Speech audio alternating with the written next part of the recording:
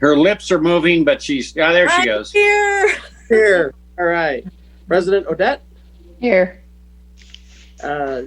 Director Rolfe. Here. Director Stevens. Here. And Director Wallace is absent, but will be joining us at 5:30. Thank you. Let's, you want to do special orders of business, the COVID-19 update? Yes, I don't have any specific special orders except the COVID-19 update. Just, real quick, through the COVID situation, the airport continues to see steady, I would almost call it strong traffic. I think that's primarily based on the fact that we see a lot of leisure travel, which has been doing well nationwide, but the airport continues to see fairly normal activity and revenue levels. So, but we're watching that closely. We are seeing, I think, more commuters.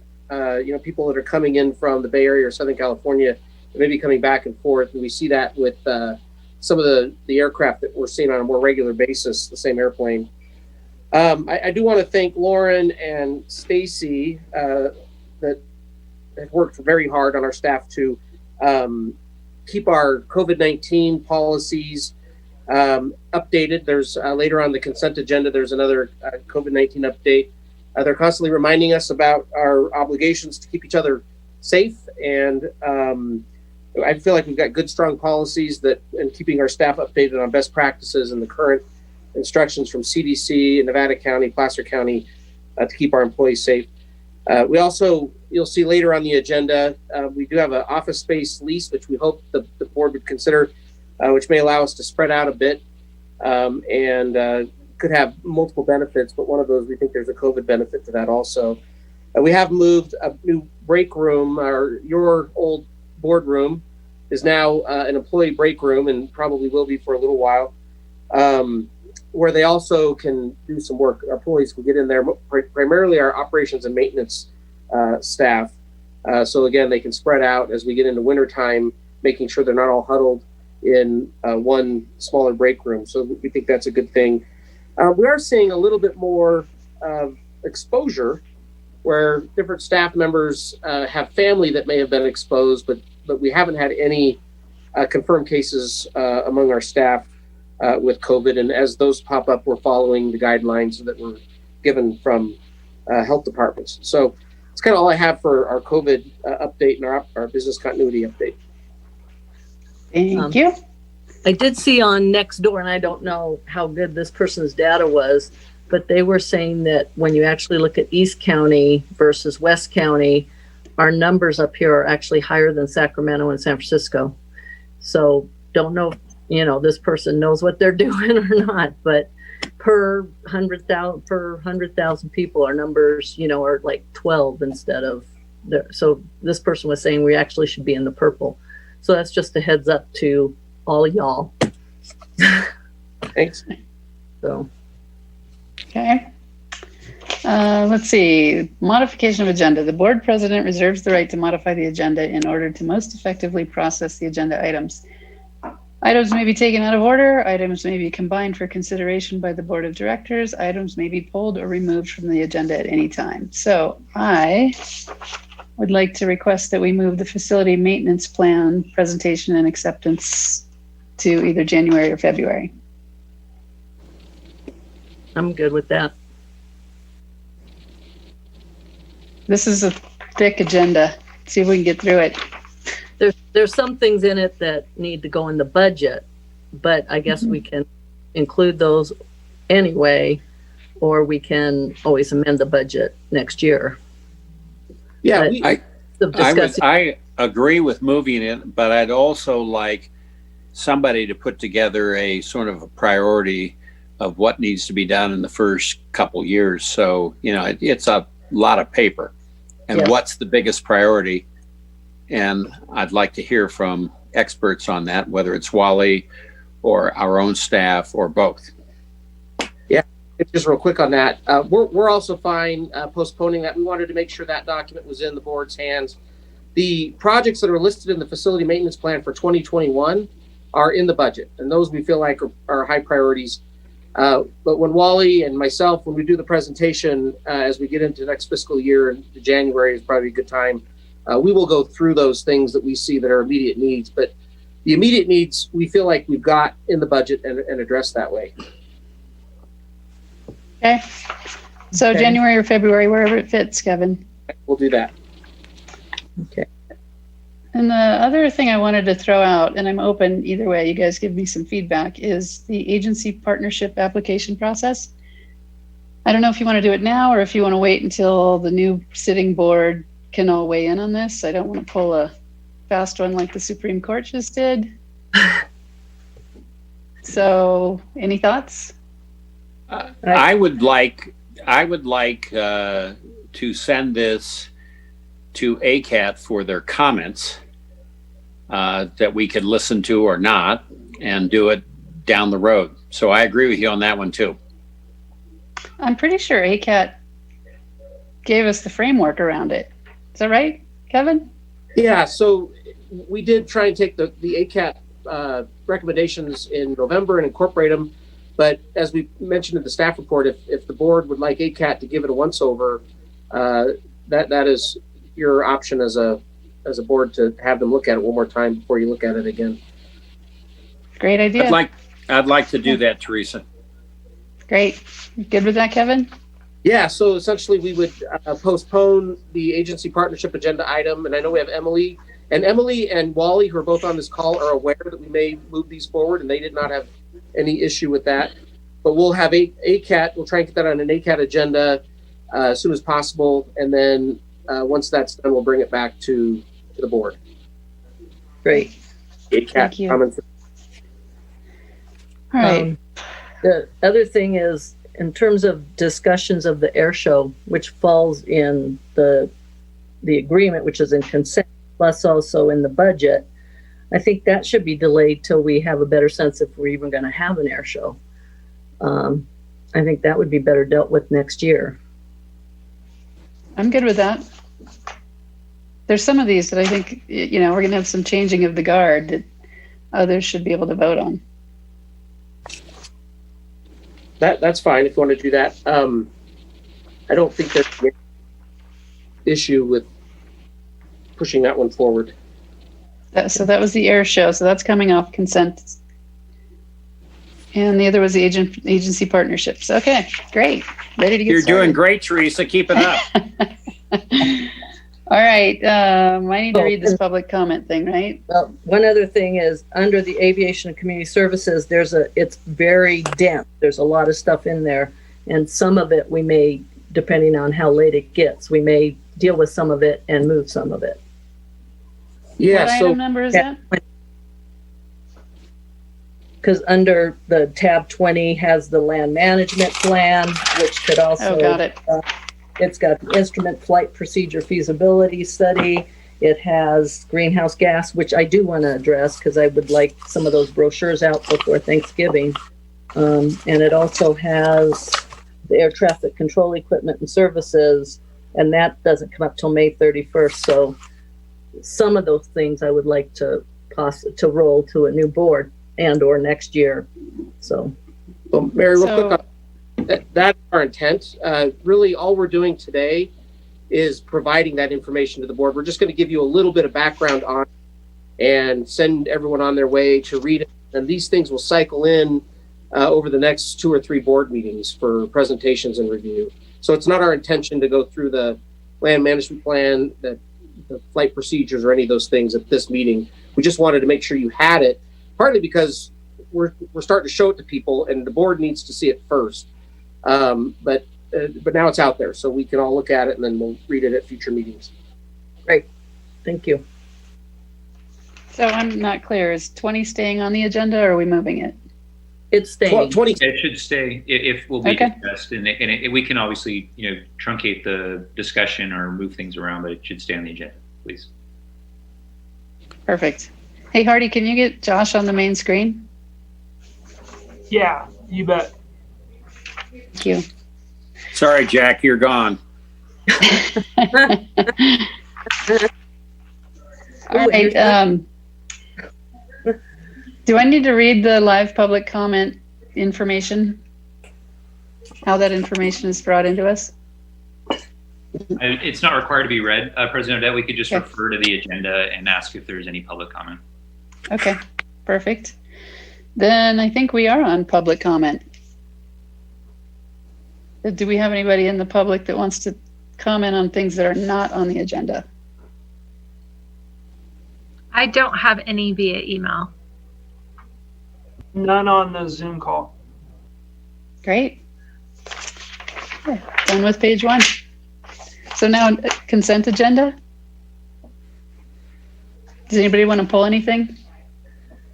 I want to pull the office space lease to make a few comments and then recommend we approve it. And I would like to pull, I have a question, so I guess I want to pull the monthly bills and fees and the COVID-19 district response policy. I have a question on. Okay, So, but I would make a motion to approve the minutes, tabs 1, 2, 3, and that's that's it. it. Second? Roll call. Okay, Vice President Hetherington, Yes. President Odette, Yes. Director Wall, Yes. Director Stevens, Yes. and Director Wallace is absent. Okay, let's go, Mary, to you, number 4. Or, Monthly. I went through all the bills and fees and had a question and just a comment on the fuels reduction. You know, it was about $17,000. And I just want to make sure that that goes out locally on an RFP instead of breaking it apart. And, you know, just the way the bills came in, maybe it did go out on an RFP, but I just very clear. I really feel like it should be heavily emphasized to local entities to do that work. Next one, 70847 was the Hampton Inn Air Show hotel rooms on top of the other grand total of $187,000 for this last year. And I wondered why we had air show hotel rooms.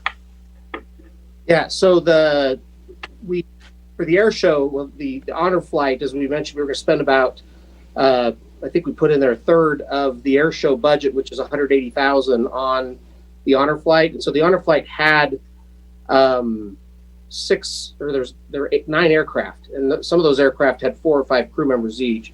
So as part of that regular expense, by bringing those aircraft in, we had hotel expenses. Some of the air show expenses you see are probably 20,000 of that is for next year's show that are being carried forward. And then there were some costs that we, where we were prepping media and things like that we ended up, there's no way to recover that. But I understand that. Yeah. Just in terms of, those costs of, I was just seeing another 11,724 for hotel rooms, which was kind of a surprise when I looked at what all the other air show costs of, the $80,000 for the flyover, and then the performer cost that we paid for at ICAST last year, the $14,925 is being held, as I understand it. But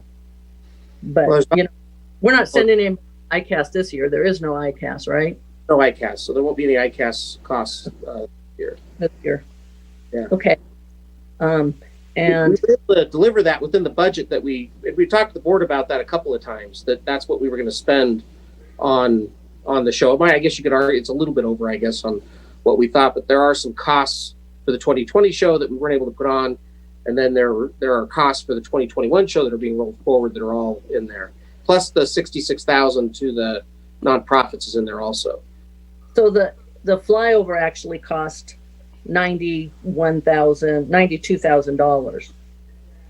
Yeah, and I think it's a little less than that because again, we have to break out some of the costs from the fees that we paid that the performers were able to roll to 2021.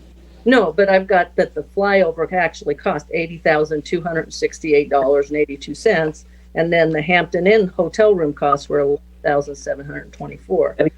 I would that up to 92,000 to have those 9 aircraft fly over town. Right? Yeah. Okay. No, I don't know if that's right. I got to go back and look through. I'd want to look through each one of those invoices because I'm pretty sure there's still some costs in there that are part of the 2021 show. And I got to look through each invoice, and I can give you a better number at the next meeting. Well, I got this from Kelly Wu. No, I know. I got to go through that with Kelly. I didn't know we were going to honor the air show, so I have to go back and look at each line item and then understand, and I can tell you exactly where that was. And then, my hot things have been leases lately, and like for Red Truck to be paying to do their grease trap cleaning, $165, and Red Truck reimbursed for the freezer repair $310. And I question, it's a business. We don't make grease, they make grease. It seems like that should be part of their lease going, just bringing it forward, watching the pennies. So that was it on the monthly service bills and fees. Do we need to public comment these line by line, Josh? Yes, please. Okay. Do we have any public comment on this? Item number 4, monthly service bills and fees. No, we do not via email. Hardy?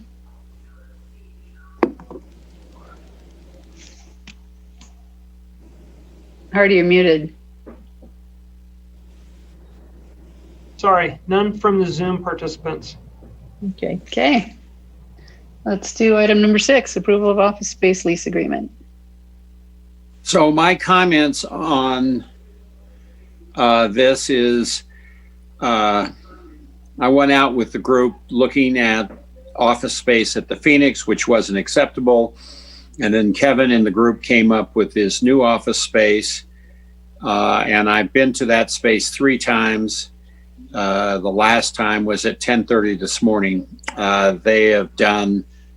They're doing all the tenant improvements that were requested by staff, totally replacing the T-bar ceiling and new lighting, fixing all the drywall, moving doors, adding a hard door to the entrance for security, and making a conference room and coffee bar in one area. And I was actually very impressed at how far they've gone on it. I've reviewed the lease. Josh Nelson's associate reviewed the lease, and I highly recommend that we move forward with this to move the staff into this space. And it may be they'll be able to move in as early as November 15th. So I move that we approve this lease. It does have in there the condition of occupancy that they finish it to our satisfaction. And it's a good lease rate for the first 3 years. It's higher in the second 3 years in the option year. Of course, I always believe that the option is in favor of the option E. And if we don't like the rate, we don't have to take it, or we can negotiate it or whatever. But it's a good rate for the first 3 years, and we move forward with this lease. Do we need public comment before we second that? We can second it and then public comment before the vote, if that's okay. Okay. I have just a comment in terms of, I defer to Rick on this because he's much more familiar with leases in commercial space. I did notice that all maintenance and repairs are by the airport, and plumbing and HVAC and electrical for any repairs under 8B. And I guess that's a fairly standard lease language. And I just noticed that in terms of, I keep bringing that up in terms of we at the airport seem to do everything, and questioning if we want to continue in that way, because it seems this way is a different way. But I will second the motion because I think Rick is much better at this than I had understand. Is it a November 1 we start paying, or November 15th is a question? We start paying when we take occupancy. Okay. which is probably November 15th. Depends when it's ready. Okay. Any other board member comments? Any public comment? None from Zoom. None via email. Okay, roll call. All right, Director Hetherington, Vice Yes. President, President Odette, Yes.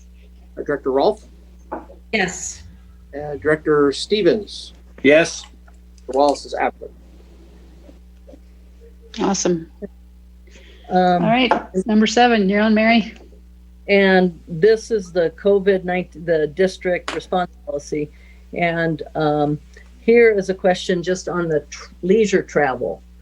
And that I assume pertains to employees only. It's not clear, because we have a lot of leisure travel people that come through. And so in talking with Lisa, I asked her, because I know she has these type of policies, and she was wanting some clarity on this leisure travel, that it pertain, I assume it's meant to pertain to staff. Yes, it is pertaining to staff. So we need some language in here that it pertains to staff, not to the general public who might be traveling through.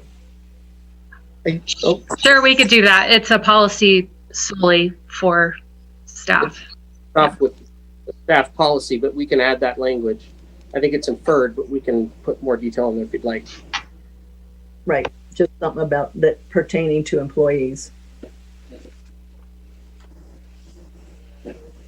Okay. Any more board member comments on that? Make a motion Okay. to approve this policy with that amendment about making it the clarity on employee travel. Second. Any public comment?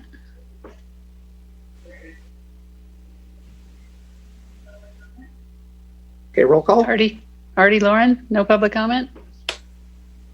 Roll call. No, I don't have any public comment on Zoom. None All right. via email. Okay, roll call. Vice President Hetherington, Yes. President Odette, Yes. Director Rolfe, Yes. and Director Stevens. Yes. Director Wallace is absent. We're moving through it. All right, 8, annual AIM High report. Just a consent information item. There's no motion required. Just we want to make sure some of the funding we put out there that they do their annual reports. So we just included this as a consent item. So we don't have to talk about it. Public comment, nothing. Move on. Okay, I think it's Judy's turn. Number 9, Tahoe Maritime Property Acquisition Presentation. Yeah, so we have the Tahoe City folks here to talk about the Tahoe Maritime property, and Teresa and Rick and I had an opportunity to tour that property, but I think today they just wanted to come and provide a little background and kind of understand if there's any airport district interest in pursuing the acquisition of that property with them. So with that, I'll turn it back over to Judy. Great. Thank you very much. I'm Judy Friedman. I am president of the Tahoe City PUD board this year. President Odette, board members, you have a hugely packed agenda, so I'm most appreciative of you taking the time to put this on here today. I think they're afraid I might lose some of my enthusiasm if you don't get me on the agenda really fast, right? So I'm here to provide the color, and then Sean Barkley, our general manager, will give you the details. But we have successfully maneuvered and closed escrow on the property, most recently known as the Tahoe Maritime property, but before that, the Tahoe Tree Company property on the West Shore, for a variety of reasons that Sean will express. We did go through an extensive investigation of everything, as only engineers can do. You can only imagine.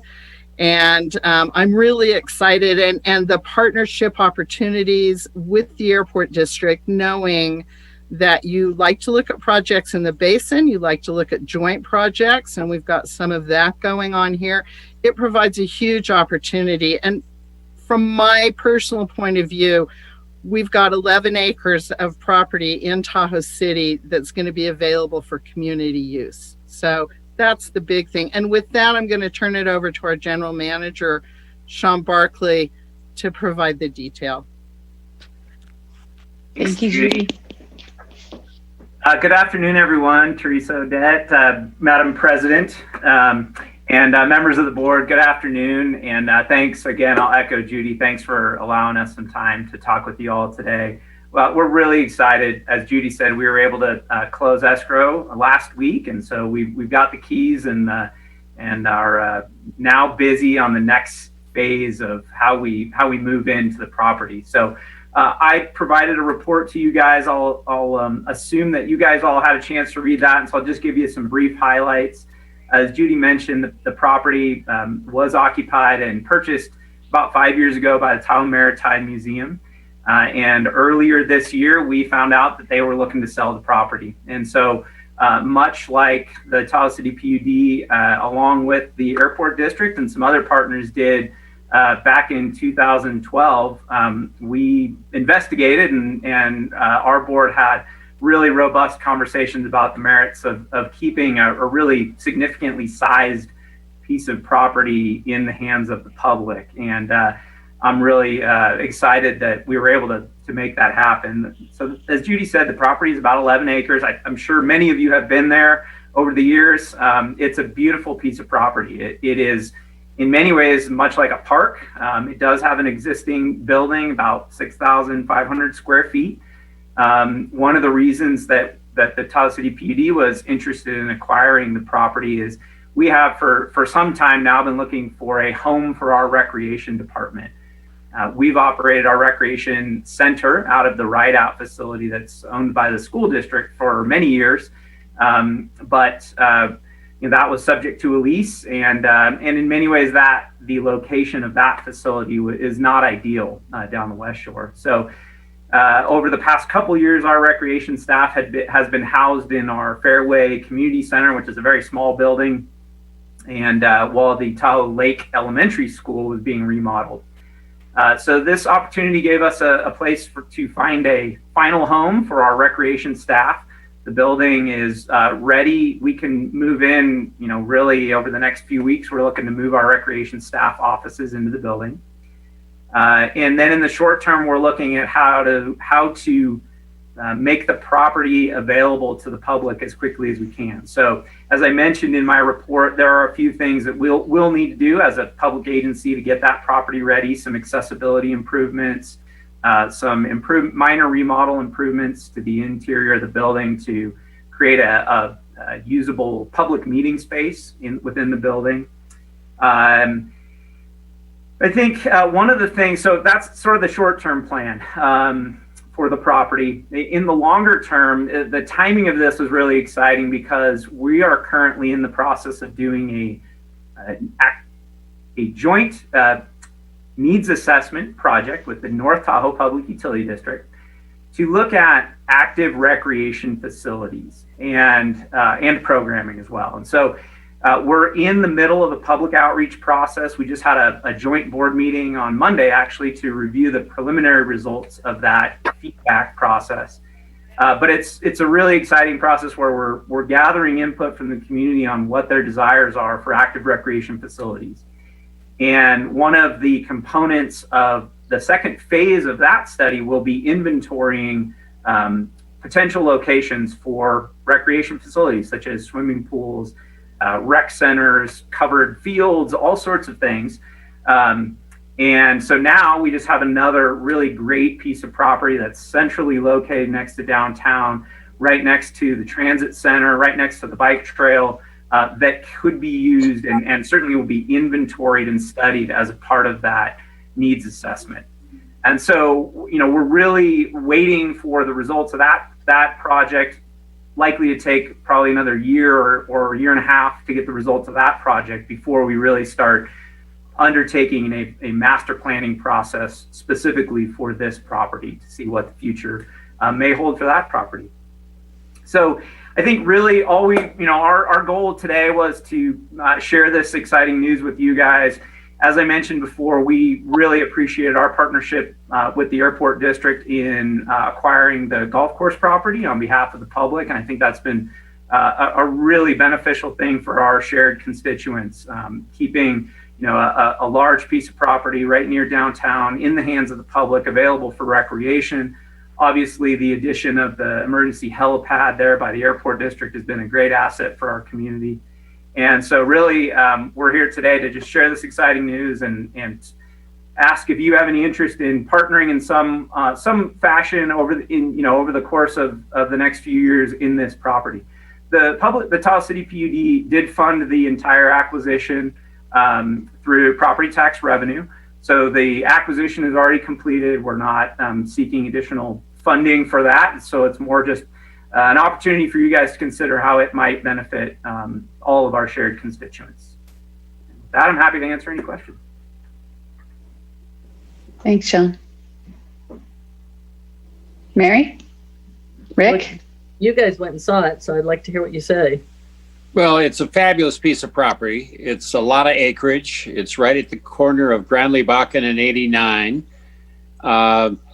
It's got some existing tenants that they have to work through, and that's good because you get some revenue from it. But there's a lot of land there and a lot of opportunity. I like the idea that one of the things we're talking about is covered exercise sport thing, because one of the things we talked about was a field house, and I talked to the Tahoe City PUD and they talked to you, and this would be a great place for it. It's right near the transit center, so it's accessible. So I think this is a very good opportunity to do something for the community. You've bought it. You obviously don't need money for the acquisition. What would you need the money for that we would investigate about the airport-related public benefit so that we could consider that? That's really, you don't have to answer that, but that's where you need to focus before any vote takes place on doing something.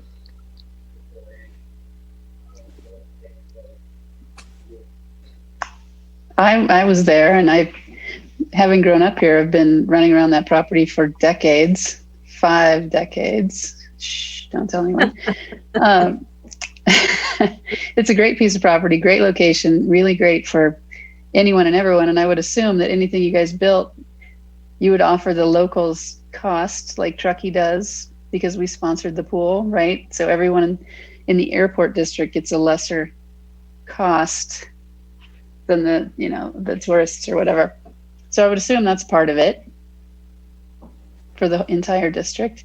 And yeah, I mean, it's a huge need in the school district, and we're not representing the school district, but I have kids. I grew up here, and I can't even put words to how much something like that is needed. So my preference would be that you guys really focus on some indoor facilities for kids in the spring, they can't even practice baseball, right? They're in the gym. So those types of things for our local youth and for the general public. Where you had carved your initials or something? Yeah. Yep. So, well, I would agree with Teresa's comment about, making it the same rates, because right now Truckee pays additional fees if they do anything over there. And thinking, in terms of how far is it from the 64-acre, the bus? I mean, it's still adjacent. Good. Oh, really? Yeah, it shares property line. Oh, perfect. Because, we've also supported the busing, which then that's to bring the people from Kings Beach over. So I see a lot of synergy. And as I keep flying around with my Moonshine Inc. article that I've shared with everybody, because Tahoe City PUD and North Tahoe PUD, it makes me very happy inside when I see these regional, instead of everybody in their silos doing just their thing, when there's things that we're working together. I think it would be great if we could have a new county line up here It's at the summit because, it's like the West is different than the East. And so I'm loving when I see these things working together. And I also see this as a place where you could have a big, STEM focus for all the kids in the school. This is, and that's kind of a nexus that's important. And tying that in, it's like the hospital district. This is in their benefit too, because it's healthy kids means healthy people, and it's in the school district's benefit. So like when I flip the Moonshine Ink around, I'm like saying, talk to them too, because it's again working across borders and across special districts. There is a lot of property tax money around, and how do we keep that work, that bigger vision than our own little silos? So I'm supportive of this. I kind of trying to get a sense of, maybe you don't have a dollar figure yet, but maybe that comes next month or in January. But I think the concept is awesome. Director Hetherington, I completely agree with your vision. It's the first thing that was in my head when we realized that this property was available is how do we bring us all together in this region and look to the future of what our needs are going to be, what we have to think about in terms of climate and changes in visitation, and all of those things kind of come together. And if we can help be a part of that solution on a regional basis, I think that's what we all want to do. And you and I can go have coffee about that county line item. In your head against the wall, but exactly. As far as what do we want and when do we want it, we don't know. We closed escrow a week ago. Sean talked about the joint needs assessment that we're doing with North Tahoe PUD. We actually had that underway even before we realized this property was for sale. So we realized the benefit. Again, we need to come together and see what the community will support bigger. We can't do this by ourselves. Mm-hmm. So once that needs assessment is completed and we have some results, what I see us moving forward into then would be some sort of a master plan effort, see what the community wants and what they're willing to support. Because as you know, and Therese knows and Rick knows, there was a bond measure about a similar project, but it's a new day. So mm-hmm. I don't really, every time somebody brings it up, I kind of walk away. It's a new day. We need to start thinking about things all over again and fresh. And that's what this gives us the opportunity to do. So we'll be back. And Truckee, Donner Rec and Park District, it's its own world too.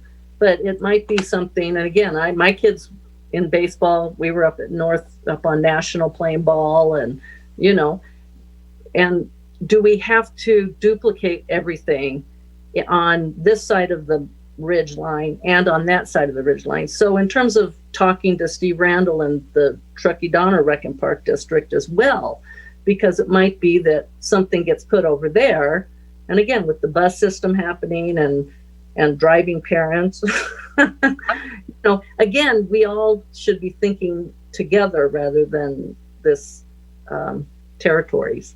So, absolutely. But yeah, I would suggest talking to their vision as well, because thank you. It was noted at our joint meeting the other night, there's a rec center in Incline. We can learn about that as well. So there's a lot of opportunities for us to make sure that we're doing it right. Great. Thank you. Kat, you have anything to add or any questions?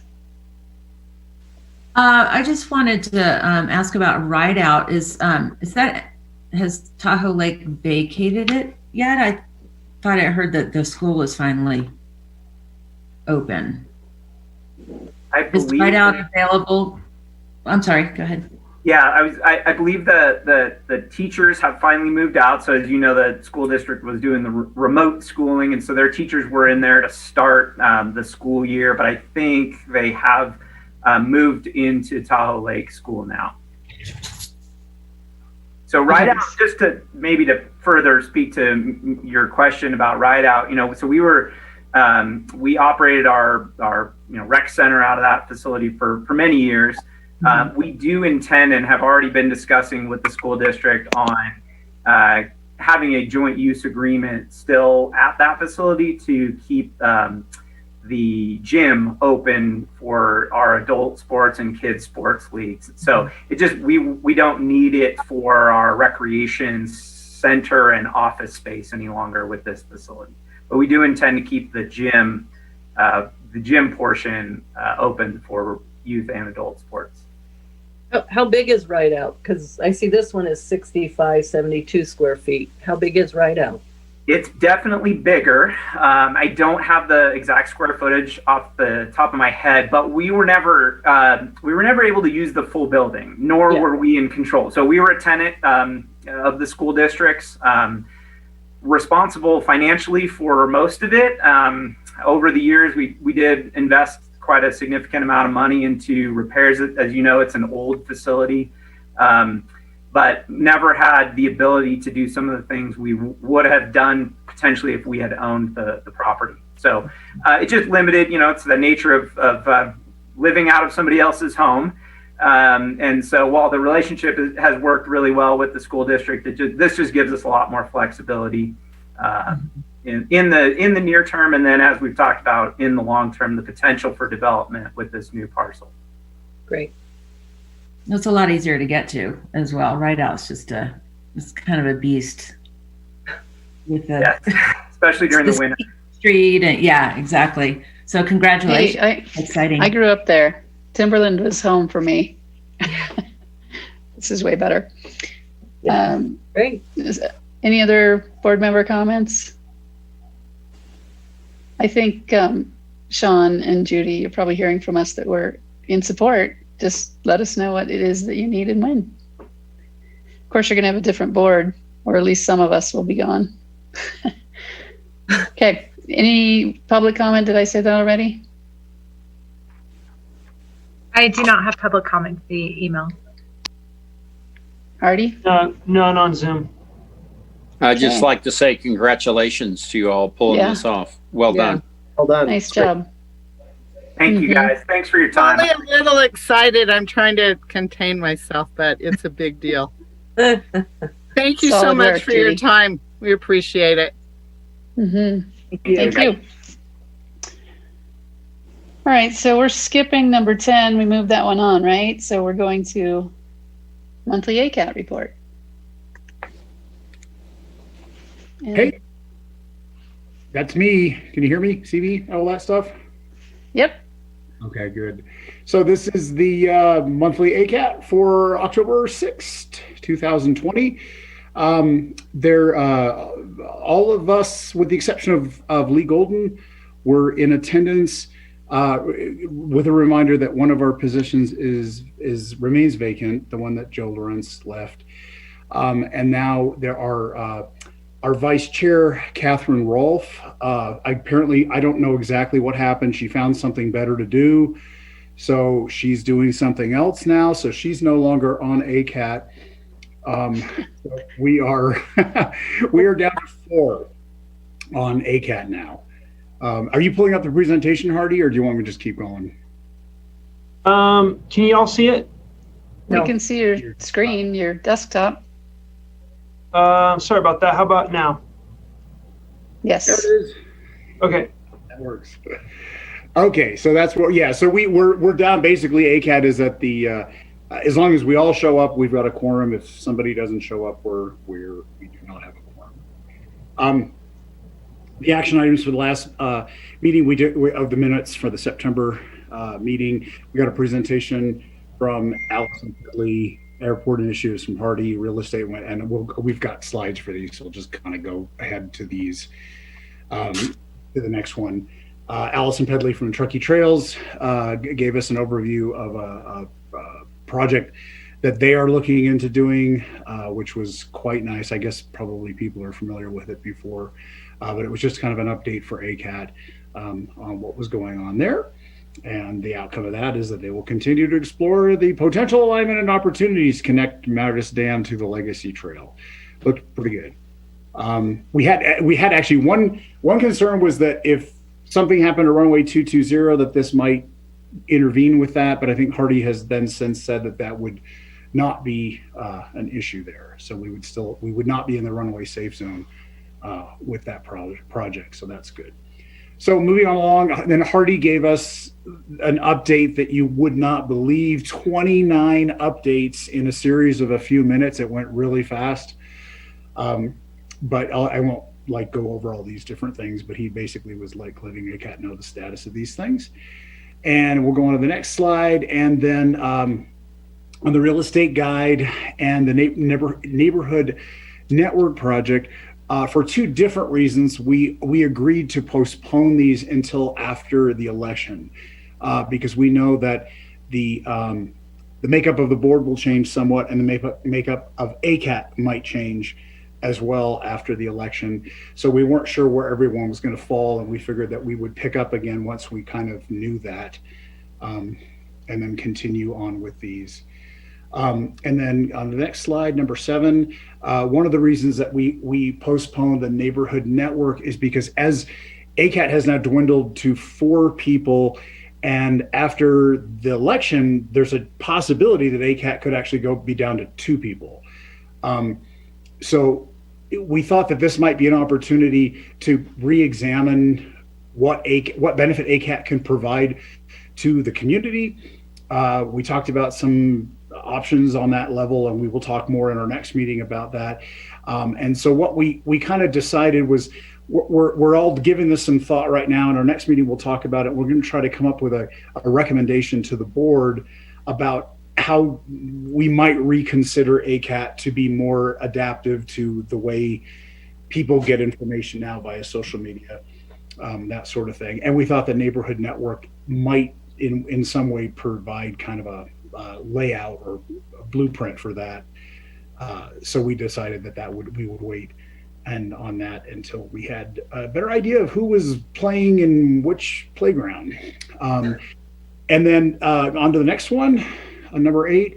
So in the next ACAT meeting, which is November 3rd on Election Day next week, we'll review the stages Performing Arts Building and the airport aircraft modification initiatives. And also not on this slide is just that the discussion of ACAT, what recommendations we would like to make to the board with regard to how to build ACAT back into something that can be functional for everybody.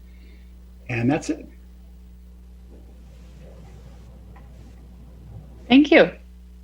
And we're going to miss you, Kat. She's not going very far. I know, and I'm glad she's where she's at. You know where I am, David. You might be changing seats as well, David. That's what I'm hoping. All right, thanks, everybody. Anybody have any questions or comments for? So discussing the stages, are you having a presentation on it or just internally, talking about? We actually batted around. We had to punt that forward. We don't have enough information. We just wanted to give the ACAT a summary on it, but it's actually not going to be on this agenda because we didn't have enough information to present just quite yet. Because it was in the weekly, the October 7th, and talking about a 2,500 seat outdoor amphitheater, which I assume is going to be on Porcupine Hill, which is kind of where we've been trying to think about bringing aircraft over. And so that's of a concern. And also, is it going to, that's a big one. Yeah, we've been engaged with Placer County regarding the overflight easement and the 7460 for the FAA as well. And we're just hoping to gather up enough information so we can present enough to the ACAT, and certainly willing to do it with the board as well if you want additional info. No, I just have real concerns with it on many levels. And there we go. I too have concerns about the stages. One, overflights. Two, they haven't raised any money. They've basically been running this thing on public money from TOT funds, from the Tahoe Mountain Resorts Foundation, a small amount from the Community Foundation, and I'd like to see, and also they're just submitting the EIR, and I'm told that MAP will oppose the EIR for traffic as they did on Martis Valley West. So there's a lot of issues that need to be looked at.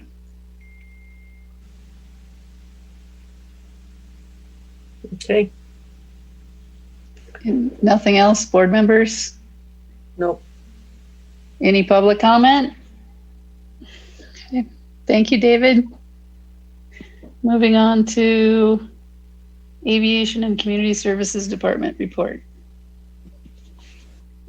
That is, Hello, everybody. yeah.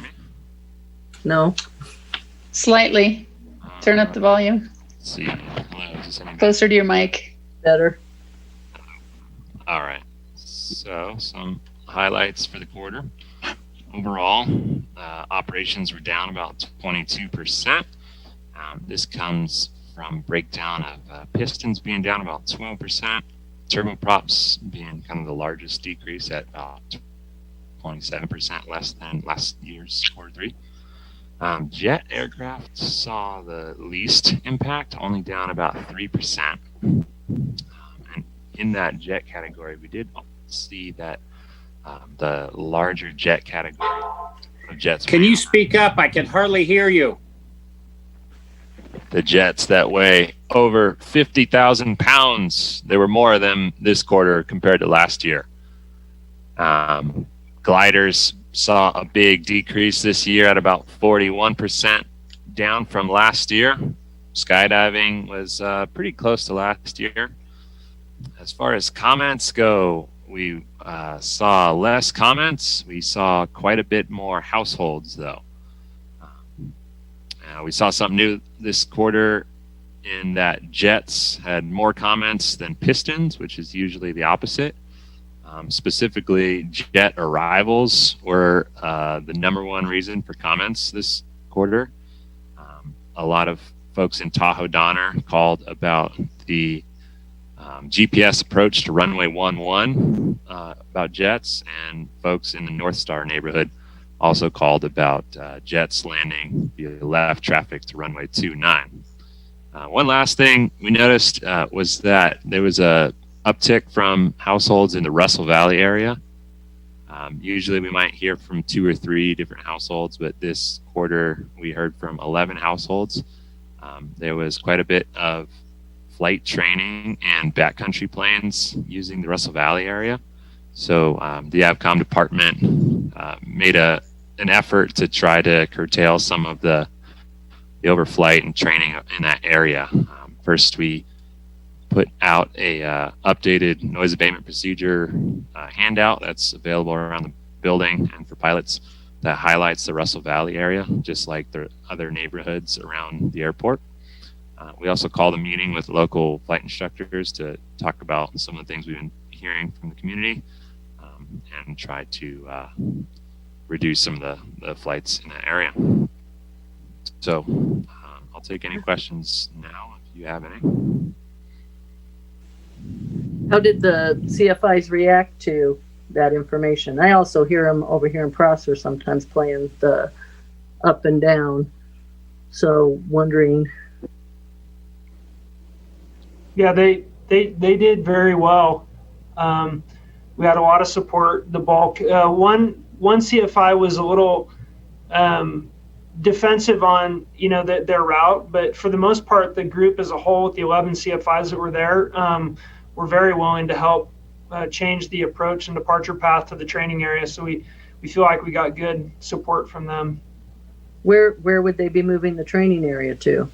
Over along the Boca Stampede Road. So if you're going in a float plane from the airport to the lake, we encourage them to stay east of Russell Valley. And then the training area we moved, which we did about a year ago. We had a similar meeting about a year ago and moved the training area to the north to Sardine Valley. Mm-hmm. So there was some of the CFIs that really adopted that location. One of the CFIs took issue with it and didn't think that that was an appropriate place to do flight training. But, you know, for the most part, since that time period, we've gotten pretty good adoption of the new routes and a lack of overflight for the neighborhood. So, okay. So the one who's not been very open to it hasn't been training much, or have the other CFIs encouraged that person? I think ultimately he decided that it was probably the best to move the route and change the location of the flight training activity. And so I think that he wants to work with us just as much as we want him to abide by it. So I think he changed his route and it's working well. Good. That's encouraging. So other questions? I mean, this bump of 59 households, I guess that part of that is the Russell Valley. What was Russell Valley, North Star, and Tahoe Donner? You're talking about the new households? Yeah. It came from all different neighborhoods combined, really. Russell Valley did have a few new households. North Star also had quite a few new households, but it wasn't any one neighborhood in particular. And I just, because in your comment in terms of, that we're getting more comments from specific neighborhoods, I just want to reiterate that in some neighborhoods, people have just given up calling. So I still hear about them being annoyed, but they just don't call. So, yes, you're getting new calls and new concerns, but the other concerns in the neighborhoods who've been affected for a long time are still annoyed. They're just don't bother calling. Just that you don't have to respond to that. I'm just putting that in the record because that is a fact. Thank you. There was something about KRNO. We did some work at KRNO.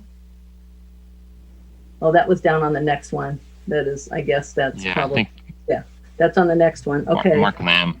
That's Mark's. Okay. Then there were 2 fly quiet people incentives. Were they outside of the flight FQ1 or FQ2? Were they night or morning? I think both of those were in the morning. They were like before 6 a.m. Or were they before 6:30? Yeah, the 2 times you can sign on to are either I won't fly before 6:30 or before 6. Right. So when were these? One of them was departure at 4:38 in the morning. Wow. And the other was 6:14 a.m. departure. Okay, and both of those were within the, they had been signed up for the incentives. And correct, yeah. So what, for 3 months they're out? That's 9. 9 months? One of them's out, I think, permanently. Okay. Yeah, and the other one I'd have to find out where we ended on that one. But. Okay. Yeah. One was a very new hangar tenant who had only become an official tenant just, I want to say, days or weeks before that 4:38 departure. And so it's a new person to town, or a new person who has their aircraft here. Correct. So now they're out, have they done, what kind of an aircraft is it? Just curious. That was a Cirrus. Okay. And the 6:14 a.m. departure? I think that was a TBM. Okay. And so I assume since you're the 4:38 a.m. departure, is that the person who went out of the fly quiet?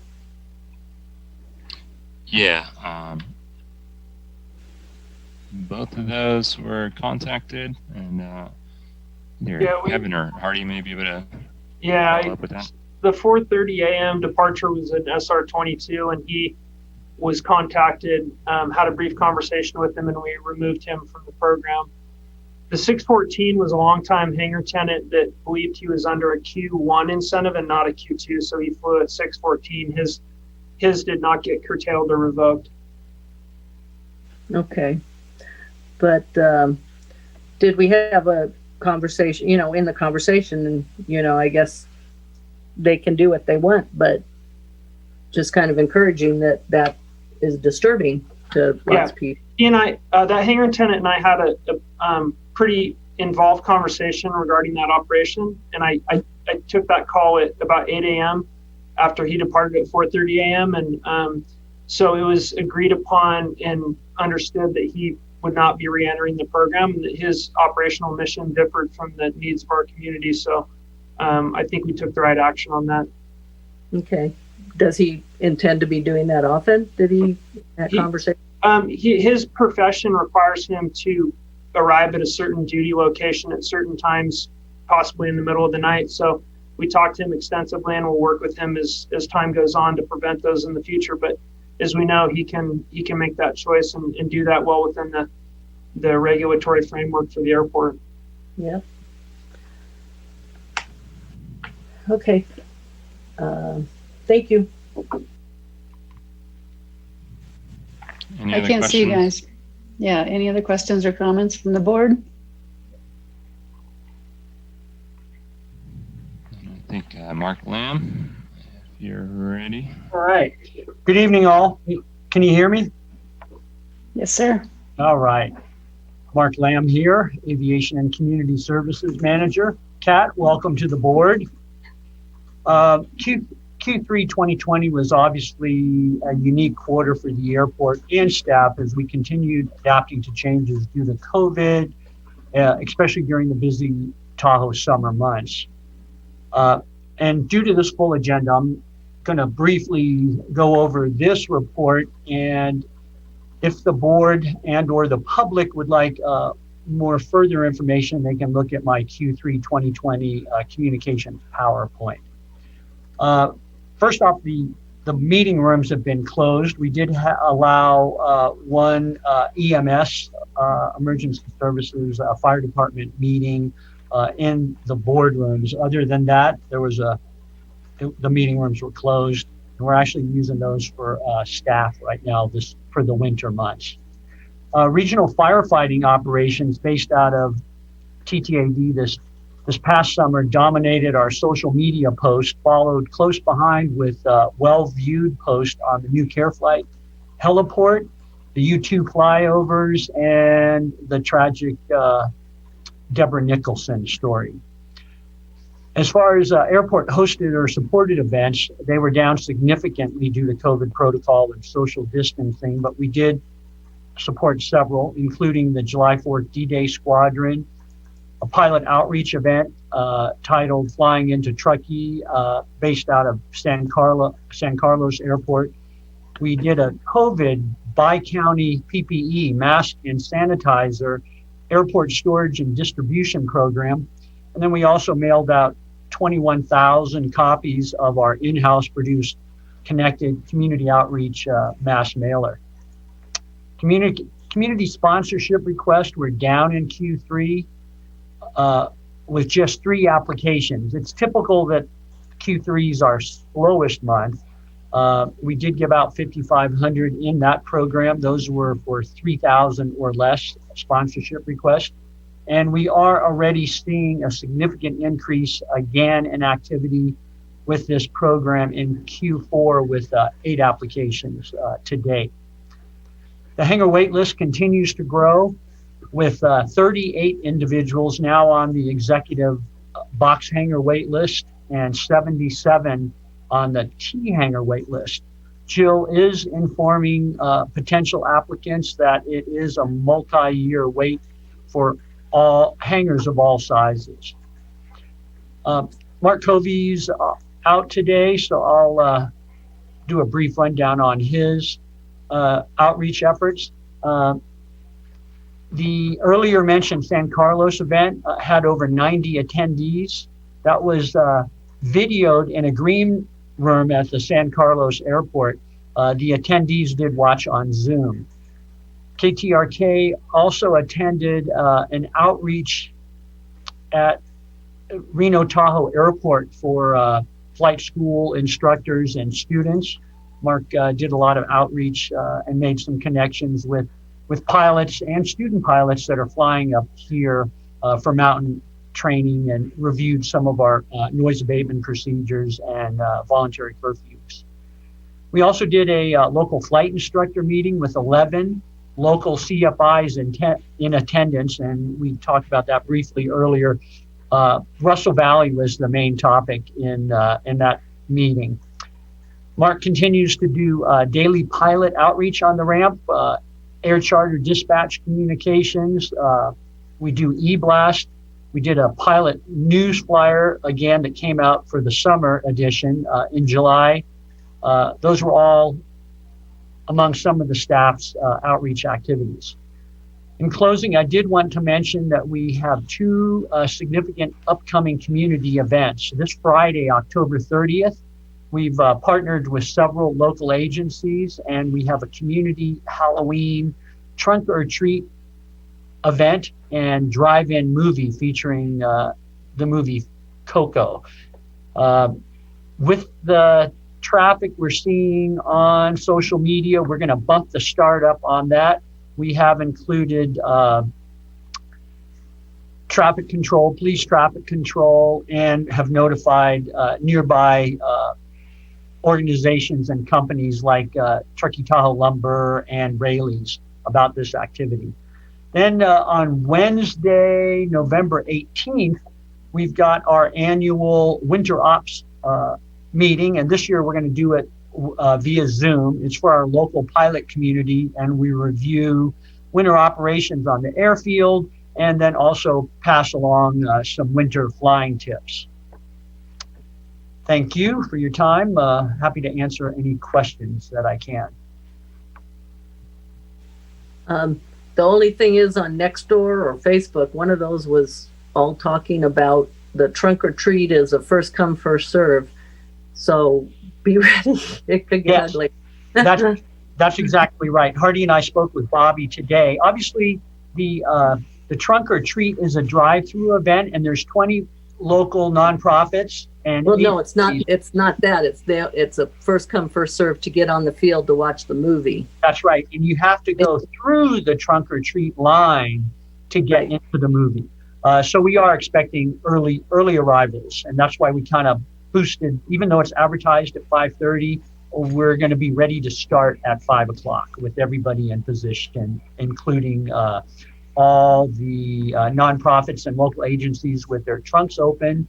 And Crux Events will be setting up the screen is really large. It's actually 35 feet wide by 25 feet high, and it starts 8 feet off the ground.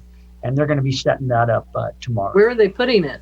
It's over by it's facing west on the south ramp, with the entry for the trunk or treat line is going to be entering where the boat inspection station is. Okay. And after you go through trunk or treat, 20 different organizations will shoot the candy and coloring books and media into the cars through tubes. So we will be honoring COVID protocol with mask and social distancing. And then for people that are going into the drive-in, they just hang a U-turn, and the screen is actually over by the Juliet row of hangars. Okay. Should be a fun event and a great community event. I think there's been a lot of excitement about it. Great. Any other board member comments or questions on either of these guys? And welcome, Lisa. Hi, Lisa. Thanks, Teresa. Thank you. Also, maybe I'll just take a quick minute and say welcome to Kat. I'm sure I missed that at the beginning of the meeting. Great to see you.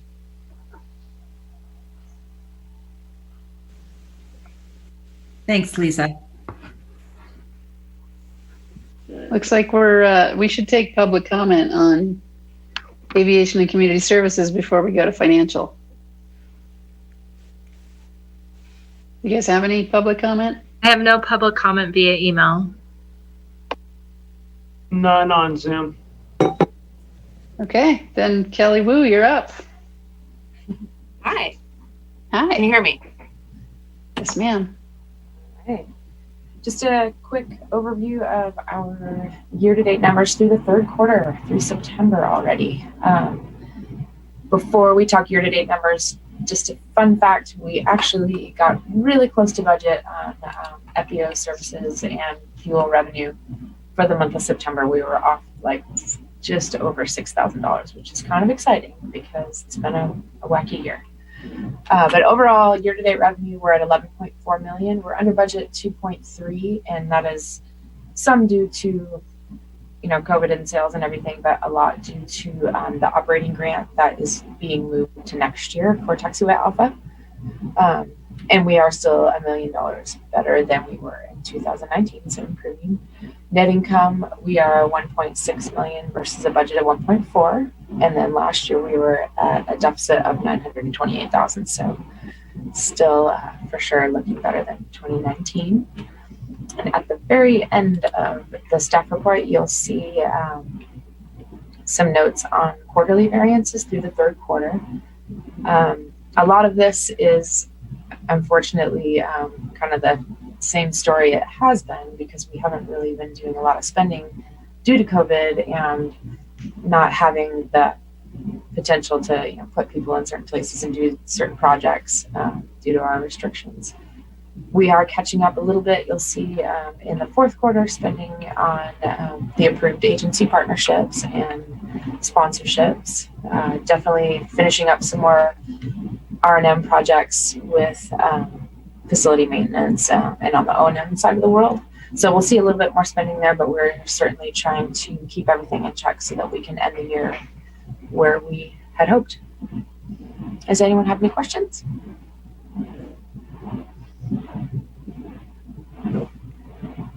I do not. Mary? I just, I don't, because I spent 2 hours going through the budget and some of the questions on this with Kelly and Kevin and Kat today. And I just really want to thank Kelly. She's doing a great job. And she, when you have a question, it's like she goes and looks it up real quick, boom, and has the answer. So, so thank you. Thanks. Rick, Lisa, Kat, any questions? No questions. Okay, any public comment? No public comment. No. Thanks, Kelly. You are doing a great job. Appreciate it. Thank you so much. So let's see, Truckee Springs property acquisition request, action item. Yeah, so the board will recall a few months ago, I think it was August, we had the land trust present this potential property acquisition request to the board. We got all the facts, we're able to ask questions of the land trust, and it was requested that we put this back on for this agenda to consider potential funding. So I won't go through all the same materials as we had last time, but the presentation is in the packet, and I think it's ready for board discussion and deliberation. Okay, well, let's pull up the staff report. You actually might want to call up the proposal. Might be better to. Which would you like to see? Maybe put the proposal up, because it's got the map and some other things on it. Unless any of the board members want the staff report. Trust your judgment. We do have one piece of public comment on this item, so we'll bring that up at the end.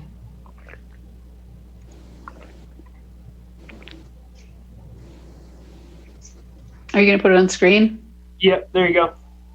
Thank you.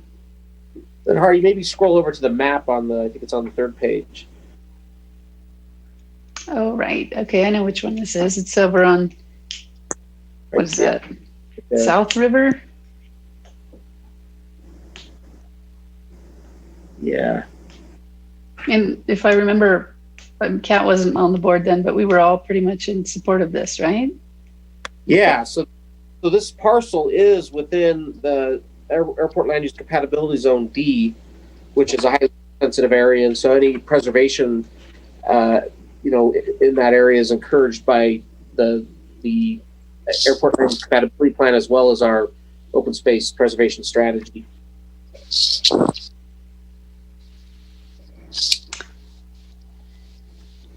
I saw somewhere, maybe it was in Kelly's report, but we're under budget in agency partnerships this year, correct? Substantially. Yes. So you spent about $300,000 of the agency partnership portion, but there's a million that you set aside for transportation partnerships and housing, and there's quite a bit of money in that area still. And we still have $1 million in land acquisition, correct? That's always been an allocation in your unrestricted net assets. So there's not $1 million necessarily in the budget, but when you designated unrestricted net assets in the spring, you set aside $1 million for property acquisition. That is not. And we put $1 million in the next year's budget for land acquisitions. Given the fact that this is in the D zone, given that this is buying open space, given that this has a residential map on it, although doubtful, or at least hopefully doubtful, and given that the land trust has raised almost all of the money except for about $1 million, I am in support and would make a motion that we contribute $500,000 to the land trust for this acquisition. Can I for the comment? same? Oh, go ahead, Lisa. Okay, sorry, Teresa, I didn't. That's okay. Didn't mean to over talk. I would say for the same reasons, I would offer a second to the motion, particularly the Zone D and the fact that the contribution is greatly leveraged. I was going to say, can we do it? Can we send them the check in this fiscal year? Since we have the funding, I would appreciate that if we can. Kevin, can we? Yeah, we can. We could set it in this fiscal year. That'd be fine.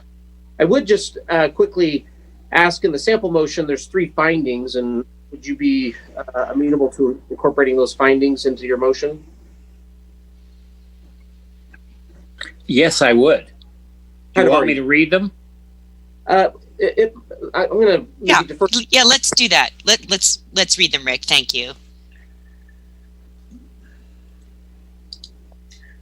Well, I've got to get to it. Hang on a second. Yep. Do you want me to put that up on the screen? Hardy, I think that would be good. Rick, I think, is going to be able to get them, but I like the public who's watching to be able to see the findings, so that'd be helpful. Thank you.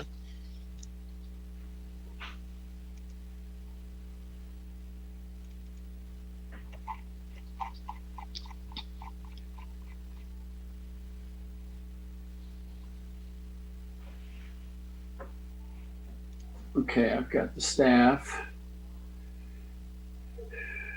It is on the screen. 1, 2, and 3 are right there. Are we talking the sample motion? I move to approve the Truckee. No? Yeah. He's talking about number 1. The acquisition furthers the goals as outlined in the district's open space strategy by removing. I assume that when we went to 1, 2, and 3, I picked up the findings from that on the sample motions. Is that correct, someone? You go farther down. Yeah, it's the same thing. Mm-hmm. Okay, same thing. So I move to approve the Tahoe Donner Land Trust request for district participation in the Truckee Springs project by contributing $500,000 towards the acquisition based upon the following findings. 1, the acquisition furthers the goal as outlined in district's open space strategy by removing this property permanently from potential residential use and other incompatible uses with the airport per the ALUCP. Number 2, Truckee Springs parcel is in the airport use compatibility zone D. Zone D is the primary traffic pattern zone for the airport, which prohibits highly noise sensitive uses. Acquisition per the Truckee Donner Land Trust Plan will achieve this objective of the ALUCP. Number 3, all district constituents can benefit and take advantage of future recreational use of the Truckee Springs property in perpetuity. I second the motion. Any other board member comments or questions? Just encouraging the land trust to keep talking to the other agencies. I could fly my little thing again. It's. I think we should especially thank them for the sign as you drive by on West River Street, coming soon. Nothing. But it's, it's the main line for TTSA, TSD, all that. So, Mary, on that point, I would like to give a lot of credit to the Land Trust for finding many other funders of the project. They are, as you know, we heard last month, they are approaching other special districts to close the funding gap, but they have gone to many other public and private agencies for funding. So not precisely the Moonshine Ink list, I know, but highly leveraged. We're not the majority funder here. Right. I agree. I just have to fly my moon. Well, it's just part of who I am. So, no, I think it's great. So I'm also supportive. Kat, any questions or comments? No, it's a resounding yes for me. I think I used to walk my dogs there with my girlfriends all the time, and then all these signs went up, posted no trespassing, and so we quit doing it. So I'm really excited to get back out there. So central and beautiful, and I love it. Do we have any public comment before we do a roll call? We do have public comment. This is from Donna Brown. Donna states, regarding agenda item 14, should you decide to approve the Donner Land Trust request, I suggest the following. Since the TDLT is seeking a total of $500,000 from, quote, other governmental agencies, unquote, such as the TTAD should not give more than $250,000. Reason being that the airport board has repeatedly stated to other applicants seeking financial contributions from the airport district that they need to get financial support from other agencies and special districts as well. Pay half, not all, or you will always be regarded as a cash cow.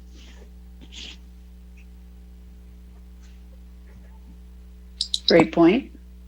It is a good point. Okay, anything else, or should we do a roll call? I have a public comment. Oh, great. This is from Paco Lindsay. I am asking about the TTAD board accepts the funding request to help the Truckee Donner Land Trust purchase the Truckee Springs property. This is a key piece of open space property right in the heart of Truckee, which truly needs to be preserved. This request for funding falls under the airport district's compatibility zone D. I feel that helping the Truckee Donner Land Trust purchase this 28-acre parcel is very much in the mission of the airport. Very much like purchasing the golf course, Waddell Ranch, and helping the recreation and park districts finish the pool complex have all been proven great projects for the district to help out. This funding from the airport district will also go a long ways to leveraging even more funds to complete this $10 million project. From my over 40 years of living in Truckee, I have seen this property offer up many proposals from a trailer park, condominium projects, luxury homes, a resort hotel project. If not purchased now, I am certain we will see one of these sorts of projects become a reality on this parcel. But with the land trust purchasing this land, it can become the centerpiece of downtown open space, a place for people to enjoy, be by the river. One big key is it is offering the perfect extension for the paved Legacy Trail heading west. As a trails and bikeways advocate, I see this as a key link and centerpiece to trails heading in all directions. The pedestrian bridge over the Truckee River that will be built in this purchase will tie into the West River Street Park, which is now in the planning stages. The final key part of this project is that the land west of the Truckee Springs parcel is already public land, open space. So in effect, the whole south side of the river will be an amazing open space in the heart of Truckee forever. Thank you, Paco Lindsay. Thank you, Paco. And I saw Perry Norris is on our Zoom call and wants to make a public comment. Thank you. Yes, my name is Perry Norris. I'm the co-director now of the Truckee Donner Land Trust. And I would just like to note and remind the board that the town of Truckee is contributing $500,000, and we will be requesting another $500,000 from Measure R at another date. We are in conversations with TSD about selling them a access easement for their pipelines that run through the property. We've talked to the PUD about possibly contributing the Hilltop property, which is worth several $100,000 as well.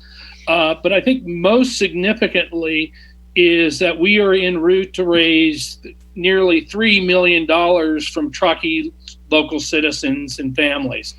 And so I think that shows the resounding support. And I don't think that we're coming to the airport on this occasion as a cash cow. We're asking you to join in with a really strong partnership with the local community as well as state agencies. So thank you very much. Thank you. Appreciate it. Any other public comment? Teresa, this is Rick Stevens. I'd just like to, if you look at the report from the Land Trust, the sources of $10 million, yes, we're talking about $500,000, but that's out of 10 million. They've raised all these other funds. So this is significantly better than a lot of things that we see. So I still support and will vote yes on my motion. Excellent point. No other public comment. We can do a roll call. All right. Vice President Hetherington? Yes. President Odette? Yes. Director Rolfe? Yes. Rolfe, sorry. Director Stevens? Yes. And Director Wallace? Yes. Nice work. A nice beard, Tony.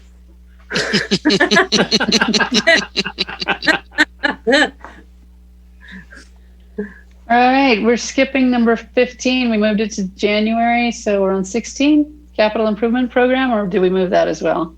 No, we got to do this one. Okay. So every year, the board bring forward our annual airport capital improvement program for board approval. There's a resolution that we are required to approve that permits us to apply for federal funding for our projects. So this is the 9-year airport capital improvement program that's up on the screen right there. We did meet with the FAA on this list, and they've basically indicated that they would like to fund the design and engineering for the runway 220 reconstruction, and then we would not have a project in 2022, and then they would end up funding the full runway reconstruction project in 2023, which is it's a very large grant. It's a $5.1 million project, which would be a $4.6 million grant. We would have to fund the rest, but that'd be a complete reconstruction of runway 220, including the lighting and replacing our VASI with a PAPI. We can get all the details if you want to know about PAPIs and VASIs, but that is what we're proposing in here. And then you can see as you go down the list some of the other projects that would be coming down the road. There's Taxiway Golf. We've talked a lot about Taxiway Golf. They also have that program for funding. That is the one that the EAA building effects, and we talked about, and there's a little bit of money in this budget to look for an alternate site for the EAA building. The good news, I guess, Matt, is that they did and push it to 2025, and that's good because it'll take us that long to figure out a solution to the EAA situation there, and then they would provide that funding. So over the next 5 years, those are the two big projects, almost $10 million of federal funding that's coming in there. The last thing I would add to that is if the board is interested in widening and extending 220, we would need to look at that when we're doing the design work. And I know that there's lots of feelings on that, and this may not be the meeting where we decide on that. We don't necessarily have to decide that tonight, but as we launch into design work in the spring in early summer on this this project, if we're going to do that, you would do it when you reconstruct the runway. And as we talked that through with the FAA, it is not AIP eligible, but they would allow us to bid it, see what it costs, and then we would have to fund it ourselves. So that might be something for in my GM report, I was going to talk about board retreat in February or March. That might be a good topic to bring up then, but we got to start thinking about it as that's on the radar now. So what we have for you today is just approval of the ACIP and then the resolution that would then allow us to apply for that funding. Anybody have any comments? My question Mary? is, if we're not going to be talking about it till a workshop, yet you're applying for it, but then do you have to take it, or what level of effort is involved? How much does it cost to apply for it? Because Brandley's going to have to do a bunch of work. I'm just wondering if this design shouldn't be happening in 2021 rather than in 2020. So good question. A project this big is going to take a year plus to get all the engineering design work. And we've never done one this big in the almost 11 years I've been here. This is the largest single project we've done with the FAA. And so they want a year of analysis and work to get it through the process so that it'll be ready in 2023. They will not fund any part of the design or construction of a widening or extending. That's all on us. So that the grant is completely unaffected by our decision to do that. We won't actually have a signed grant agreement where we can start design till probably deep into spring, probably early summer, before we have a grant agreement that I can set Brandley, our engineer, off to start the design work, and they'll spend 4 to 5 months designing it. So it'd be in the fall that we'd be looking at something that we could end up submitting to the FAA. Okay. So we have time to talk about that. I think we ought to approve this, but we also will get into the weeds on the process, Mary, with the new board. Right. That's what I'm saying. This is something board. Like we're approving it, but there's not any money that we're spending before we talk about it as the new board. That's correct. And all you're approving here is reconstructing what's there. There's anything you're approving today is just the existing runway. The widening or extending are not part of this particular proposal. I'm just saying that at a workshop in the spring or late winter, I think we should talk about it. Yeah, that's fine. I just, since this is just like the pre-application that goes into the FAA, and then they come back, and that's at that point then somewhere summer that Brandley would start to spend money. Yeah, before they would start doing the design work, you would know exactly what it is, what would be scoped in within that. So we're not committed necessarily. Yeah, you're not committed to anything. This is just the design. Got it. Thank you. Any other board member comments or questions?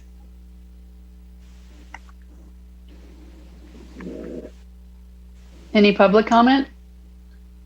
No public comment. No, none on Zoom. Somebody want to make a motion? I'm just cycling down to it.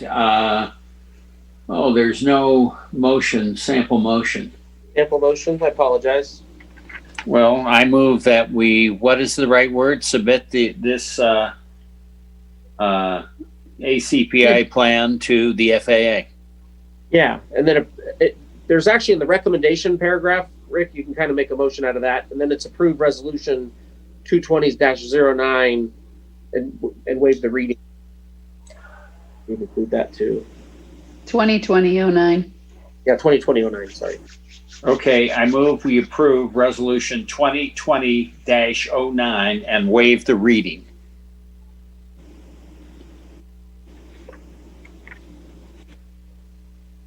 Kat, you want to do your first second?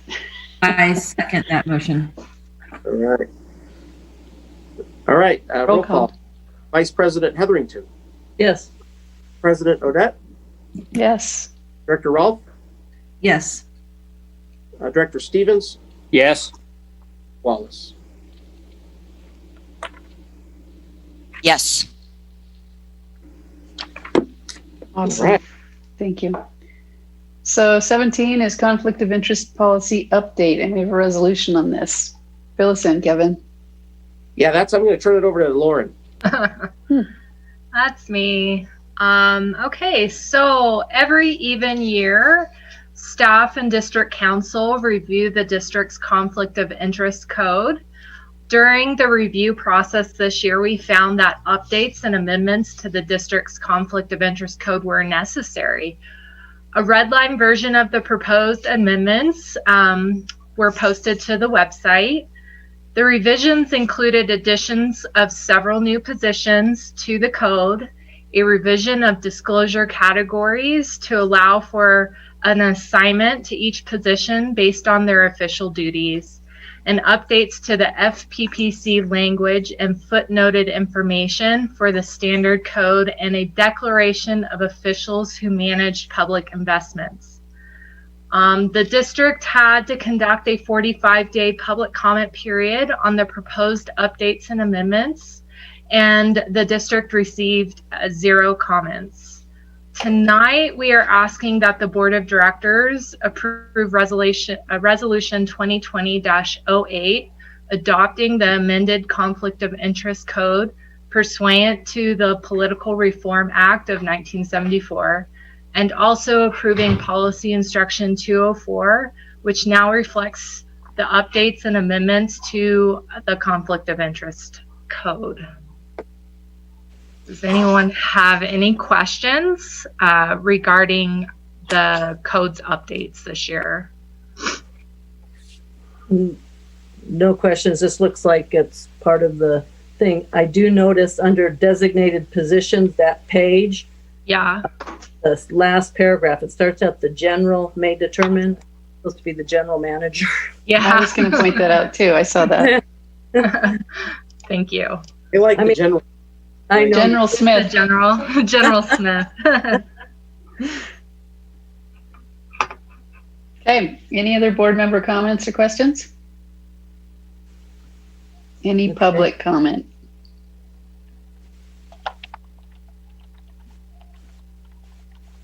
No public comment. Sorry. I'll make a motion to approve resolution number 2020-8, resolution of the Board of Directors of the Truckee Tahoe Airport District adopting an amended conflict of interest code pursuant to the Political Reform Act of 1974 and waive the reading.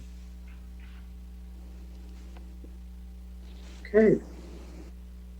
Second. Right, roll call. Great.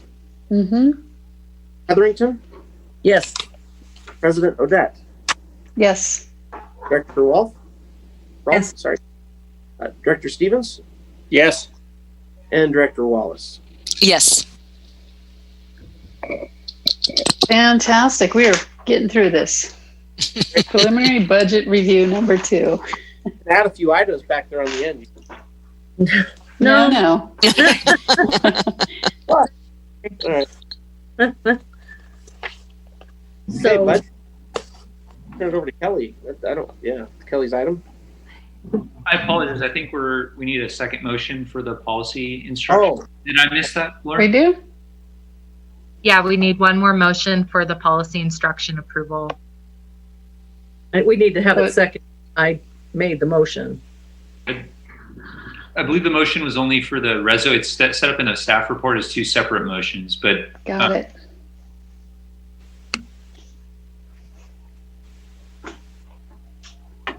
So where's the second one? Let's see. I don't see a second one.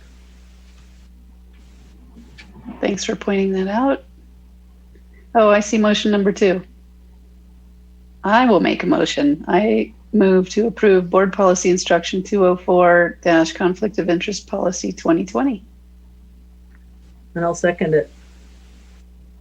All right. Vice President Hetherington? Yes. Odette? Yes. Director Rolfe? Yes. Director Stevens? Yes. Wallace? Yes. Thanks for keeping us on track, Josh. Back to Kelly. Let's talk about the second draft of the budget. I just want to go over a few items. This is not every single change that was made, but just some of the major ones. Things that we received after the last board meeting and some items that were suggested. We now have a line item in the narrative for everything, so it matches 1-for-1 with the budget summary. And also you'll notice in the left-hand column on the detailed version of the budget, there is a column that shows what line it's in reference to on the summary roll-up version. And then we also made some of the changes that Mary had brought up. Greenhouse gas initiatives raised, put more detail in for the facility maintenance projects. We put in the $1 million for the land acquisition, the 5 for Truckee Springs and 5 for the Maritime Academy, or Museum, Academy. And then you'll notice there's a lot of flags in the section on capital projects and things that we spoke about. The big ones being the admin building, parking lot expansion, hangar 1 door replacement, agency partnerships and housing funds, and some of the surveys. And we updated our office lease because the original version had a smaller office than the one that we've actually received, or we're moving forward on. Very excited about that. Updated the fire suppression equipment from a suggestion from O&M and another fly quiet program, potential fly quiet program. So all of these things with the flags, and then the addition of the land acquisition dollars and the reduction from the admin building expansion still gets us to about 1.9 million at the end of the day. And not too far off where we started in the first place. So does anyone have some questions? I just want to thank Kelly and Kevin and Kat for the 2 hours this morning, to go through this, because, I do have a lot of questions and I went through it line by line. In terms of the facility maintenance plan, we are going to be talking about it later, but so the other board members, because this was a confusing thing to me to pass it along. So under the capital projects, that's showing $295,000. The hangar 1 door, the generating builder in at the terminal as 100, and then the 95, all the things that are listed FMP on the capital project expenditures. On top of that 295, there's another 361,000 that are under facility maintenance, repairs, maintenance. So together we are spending 295 plus 361. That's 650 and change, 656 on facilities, because some are expensed and some are capitalized, essentially. Is that right, Kelly? You got it. That's exactly right. I'm learning. And those what's in the maintenance plan. We that 2021 year was important when we looked at that.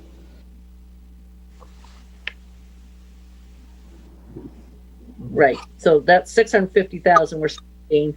And then when we discuss the facility maintenance plan, when we have Wally back and go through it with what are the priorities, I'm assuming it's what's being captured in the capital as well as the expense. But if he finds something else that is a priority, then we should deal with that as well.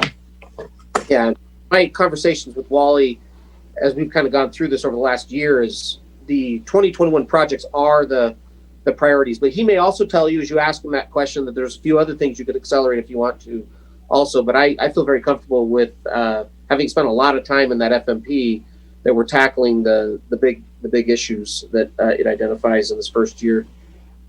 Okay. So keeping us as a nice solid Chevy, not a Cadillac. I want a limo. I don't know what you're talking about. You want a limo? I had needs. I'm kidding. I'm kidding. So, any other board member comments or questions?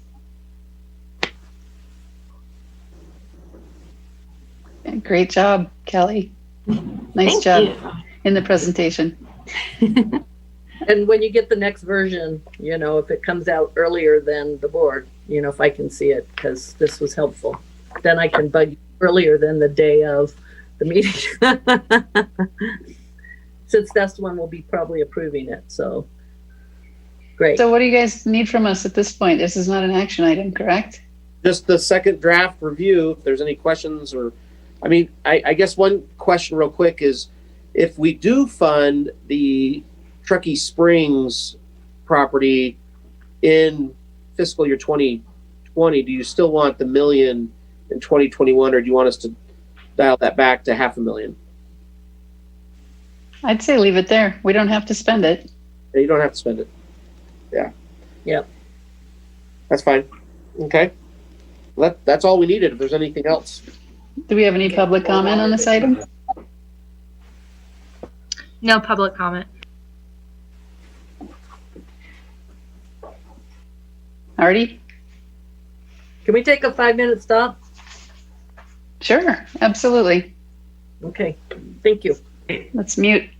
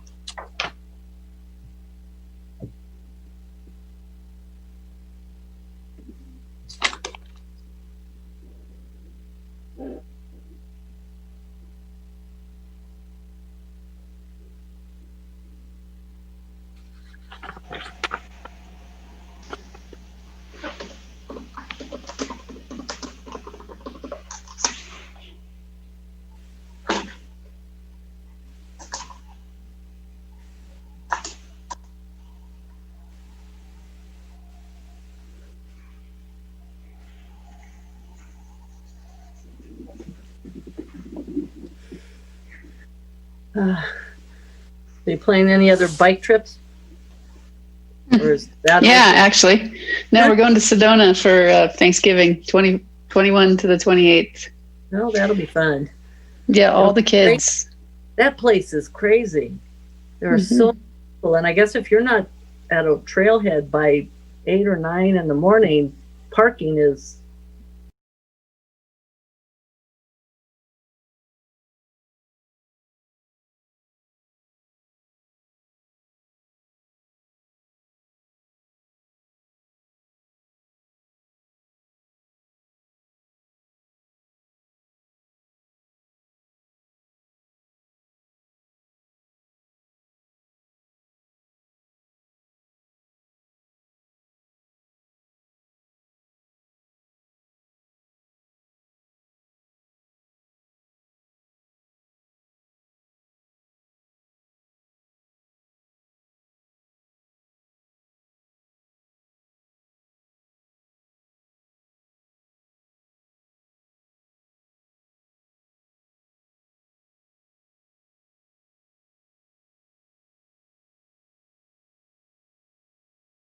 We're back in order.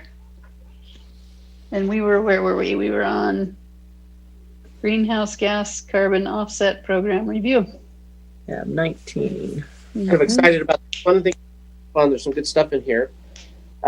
Just a reminder real quick of the goal that we had set, to find and implement achievable greenhouse gas emissions reduction projects, including solar power, public transit, pilot passenger and operator education, and other green initiatives. So in the staff report, there's 3 or 4 things I wanted just to talk to you about real quick. The first one is the pamphlet. It's a kind of a pass along card, as we'll call it. Hardy, maybe go to the actual pass along card. This right here. So this is something we work with Aviatrix to help us with our communications. And so this is a product of a spreadsheet. There's a chart in there that kind of gives you some really good detail about the different types of aircraft that use our airport and our most common city pairs. So what we're trying to do with this is make this a pamphlet or a pass along card that we can pass out to passengers and crews, as well as folks that fly in a Cessna, and get them engaged with us and help them understand ways they can offset the carbon emissions from their trip. Now, we only get 5, maybe 8 seconds of eye time on this to get them engaged.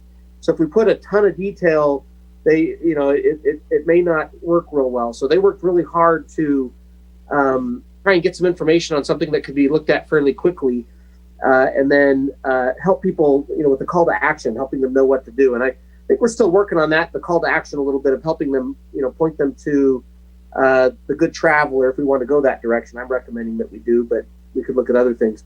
But essentially, they can look and see, what their impact was, and then if they go to the good traveler, they can actually pay to offset that. We don't have to be a member of the good traveler to let people use it. It's actually owned by the San Diego airport, but you'll see the other part of this particular item is having us join that as a member, with the ability for us to be listed and recognized there, as well as even use it to offset our own carbon emissions is one of the things you can do with that. So on the back side of the card, as you turn over the next page, the back side of the card has some other information about being a good traveler. I think, what do we say? Enjoy more and pack less. Talking about early morning departures, late night departures, asking them and their crew to follow flight quiet procedures, and then again a call to action to offset their travel with the good traveler. So we can modify, change, add to this.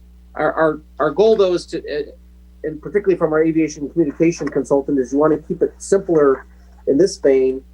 We've also thought about building a website around this that would kind of branch off of our own website that would have more information about these things. So wanted to get your input on this pass along card, then also just look at the Good Traveler Partnership Program if we want to pursue membership, more formalized membership with these folks. There's another question.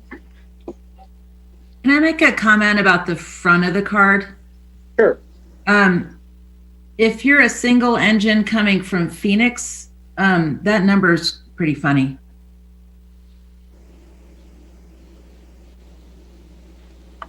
Oh yeah, it's incorrect, isn't it? Let me look. 11547. Yeah. Oh yeah, Good yeah, catch. yeah. All right, I'll look at the thing. So I'm sorry, Kevin. I'm think I'm slightly confused about the question before us. Is it, you know, if we were going to go with this, I actually have a lot of suggestions for edits. I'm not sure that that's like the level of detail that we want to do today or not. Is that like, so is that the question, like, is the reaction to the piece, or is the question more the overall approach? Do we want to take this kind of approach of working with the Good Traveler? Being the first time we're looking at it, are we heading in the right direction? And then if you have some high level things that we could go back and, or not high level, but items you can go back and look at and refine. And yeah, so that would be what I would indicate. It's just, is this the direction everyone was kind of thinking when we originally talked about this? Well, I would say to you and to my fellow board members, I definitely like the direction of going, and I like making it more explicit to everybody who comes to the airport about what their footprint is. So I really do like that. You know, one person, right? I feel it is not, quote unquote, branded strongly enough for the Truckee Tahoe Airport. And that's both just in terms of the look and feel of it, sort of like our logo stuck in the corner on this side, but also the content. I've seen, I was just trying to remember where we saw this. It might have actually been one of Mark Lamb's presentations quite a while ago. I'm not totally sure if it was Mark or not, that actually showed where the transient trips originate. And it's a very powerful series of, it was a graphic, and it's a very powerful series showing how many trips come from the Bay Area and from Southern California. And so, for example, emphasizing that over, say, Dallas. So branding both in terms of the look, but also the content that's there, making it more relevant to the majority of people who come to our airport. You're thinking the city pairs. Yes. Yeah, where people come from. Wasn't that in the economic impact study? Oh, maybe it was there, Teresa. Yeah. You know, but it was staggering, actually. Right, it was staggering. I see your point, but I also really, really like this, because so if it's all focused towards, you know, from the Bay Area coming up here, then, you know, there are people that come here from far away. And so I like having, you know, from Dallas, if you come in here in jet, you're 10,000, one leg of it is 10,000 pounds, almost 11,000. And the Bay Area, you know, it's like if a jet comes up here, it's up here, back home, and up here again, it's putting out what typical and average American's annual carbon load is. It's already blown that out of the water.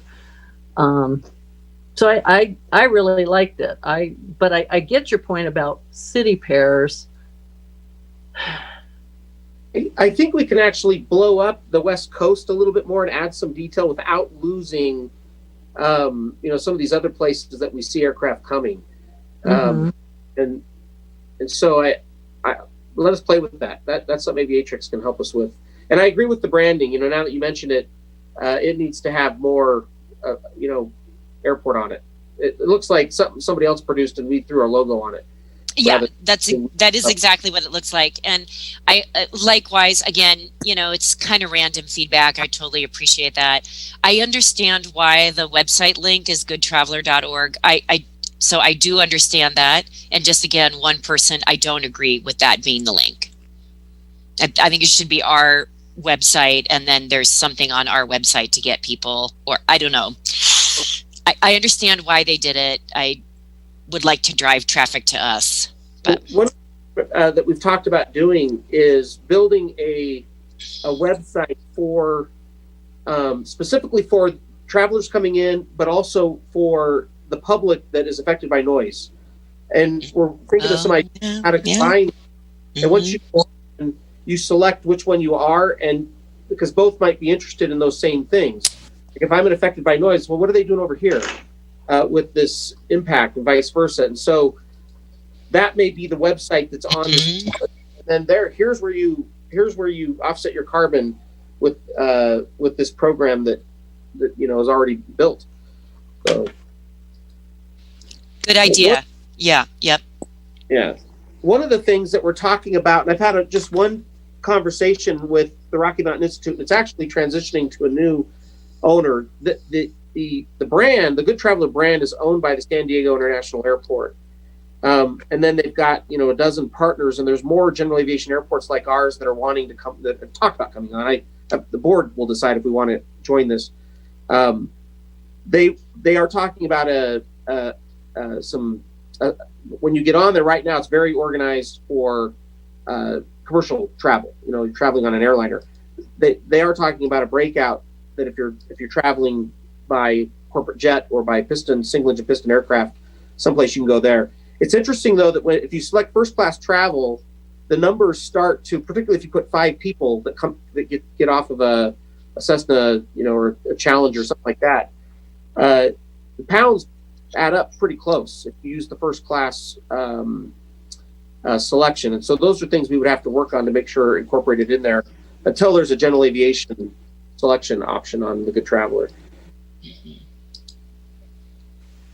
I like it. I like the direction you're going with it. Okay. But I do think, and I know Kat wasn't here, but the rest of us saw the economic impact report. If that's where that graph was, I don't remember.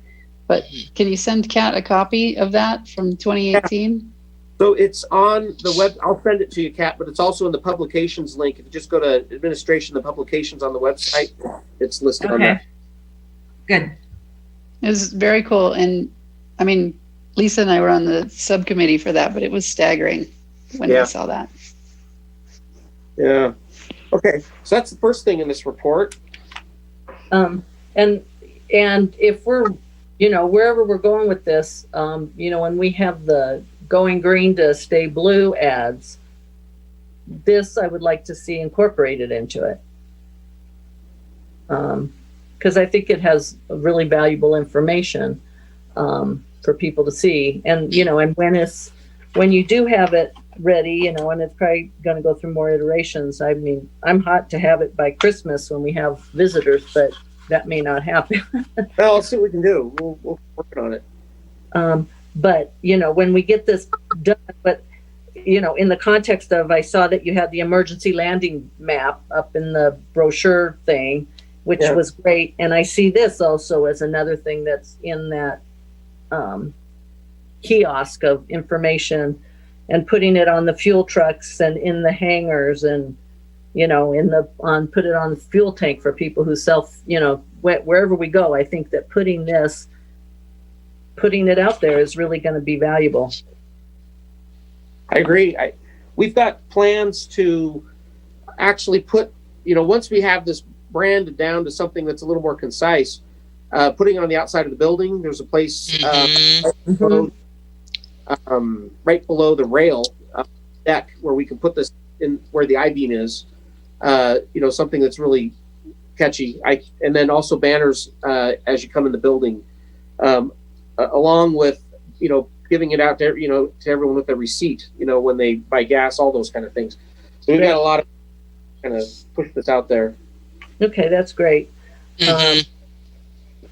Then what is the advantage for us to be in the Good Traveler versus just referring people to it? So if we're in the Good Traveler program, we can select where the money goes. So as people start offsetting their carbon through the website, we can tell them which projects we want funded. Now, right now, there's 3 in Northern California. There's none that are super close to the airport, but they are open to adding, if we find something up here that qualifies for how they run the program, we could get something closer to the district. but we could select, and say all the funding is going to this project or it's going to multiple projects. We also get our name, logo, brand, everything on the website, and then we're also part of the board that makes decisions on how the website functions and operates. So it's also like, in terms of forest management, because what we found out at Wattle Ranch was if we thinned it, we got bigger trees that held more carbon than a bunch of little trees that never really get big. So that would be a situation of, because that's a district-wide fuels management issue. Yeah. Yeah. I haven't dove into it with them on how they select projects, and I think there's 13 projects in there right now, but there's some interesting ones, carbon capture plus, carbon sequestration, all those different things. And again, there's 3 in Northern California, so we could say it all goes here. If we just send people to it and say, use this to offset your carbon, then, it could go anywhere. And we don't know, do we get any feedback from how much money comes from us? Oh. And for us to be in it, it's $5,000 because we're not. Yeah. If we wait a little bit, they think it'll come down to 3 because they want a number. So an international airport like Indianapolis that joined not too long ago, they're 5,000. So they're trying to find a smaller number for GA airports to join. I think Aspen right now is the other one, and Jackson Hole just joined. I don't have that website up in front of me, but they did give me 2 or 3 other resort tourism-based, communities, kind of like ours, that have some of the similarities as ours that are joining. Yeah. I think it's important to say that the leverage here is not generating money for these other programs, right? It's still very difficult to fund meaningful carbon offset programs. It's very, very difficult. Yeah. There's a lot of credibility missing in that whole industry at the moment. It's still in the development stages, right? So the leverage is doing everything we can do to reduce our own to reduce the footprint. But I mean, I still think we should do it. I just don't think the gain in this kind of program is funding carbon offset programs. But I mean, the gain overall in our greenhouse reduction effort. Yeah. But I think the education aspect, Yes. Yeah. Yep. Well, and as I talk to some of these folks that do this, it's like, okay, you told me what my impact is. What do you want me to do? And so that kind of parallel message of, we'll try and reduce, your carbon, and at the same time, here's another thing you could do if you want to contribute to a program. Yeah, so. That it's a fair point, Kevin. It's a fair point. This is a great start. I mean, this initial thing is a real eye opener.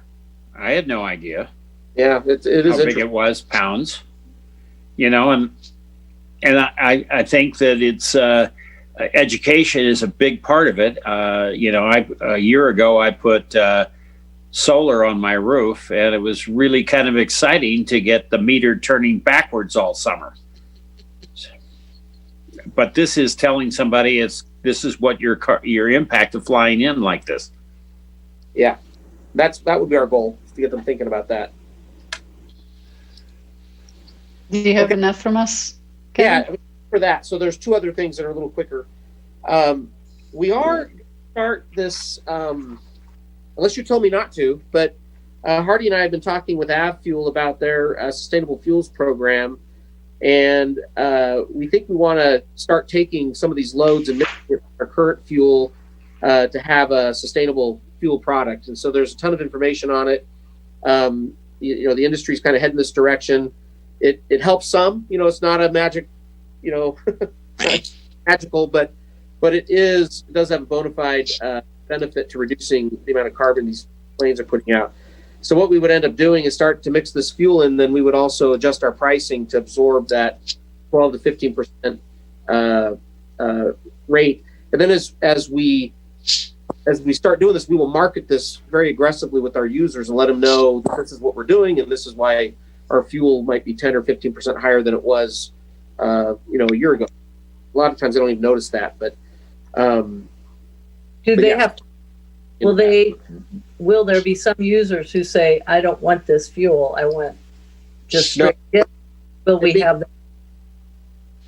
Yeah, sorry, it's the ASTM 1655. It's identical to jet fuel, and they Okay. won't have all of our fuel would have it. And Yeah, they've they're all- done a lot of industry work around that. They wanted to remove that stigma. So the industry's been working hard to remove that stigma and get the fuel built up in a way that makes it acceptable for the users and the manufacturers. So NetJets or JetSuite, they're using this. Yeah, place. NetJets was actually one of the first companies to officially sign on, along with Boeing, and some of their more power fleet type engines, and it's been really well accepted. I think the industry's hungry for this type of solution. And it was saying that it reduces it, from 22,787 pounds of CO2 to a reduction of 4,100. So about a 20% reduction, 18% on a life cycle basis. Would you know, because I looked it up, but it's like, where does this fuel come from? It's a mix of things. Yeah, it's a combination of fatty acid, oils, and sawgrass biomass, and some other compositions there that they blended all together. And we're going to actually have a presentation on, well, Kevin and I are going to talk with Abfuel again and get the final presentation, but we wanted to do kind of like an Earth Day demo for aviation of sorts here on our ramp. It was pretty well received at some other airports where you get the operators that see the truck and you see the branding for the green fuel. So it could be potentially a pretty good opportunity for us to spread the word about it. It sounds good. We're going to keep moving that direction. Yeah. The last one, unless there's any other comments on the sustainable fuels program, but that's another fun one. The last one is just on this green energy portfolio. So I was talking with Rem, and he indicated that if the airport... Sorry, just to say that Rem is the recently come on board GM at the Truckee Tahoe PUD. I'm going to try and get his last name. Schlesinger? I can't say it. Does anyone know how to say his last name? Yeah, he's the general manager of the Truckee Tahoe Public Utility District. He's not brand new, but fairly new. But I had a great conversation with him here at the airport a month ago, and he indicated that he could build a 100% green renewable energy portfolio for our electrical consumption. I need to get more details on it. Our bill would go up some. It wouldn't be substantial, but it would be more. But essentially, he'd be able to show us, and it'd be on paper, but it would also be how they buy power. If we're willing to pay more, they would buy more of a certain type of energy that is in that renewable category. So if the board would like, I would, here in the next few months, I would bring you back a proposal of what that might look like. Kevin, I would personally, I'm not going to be here, but I would love it.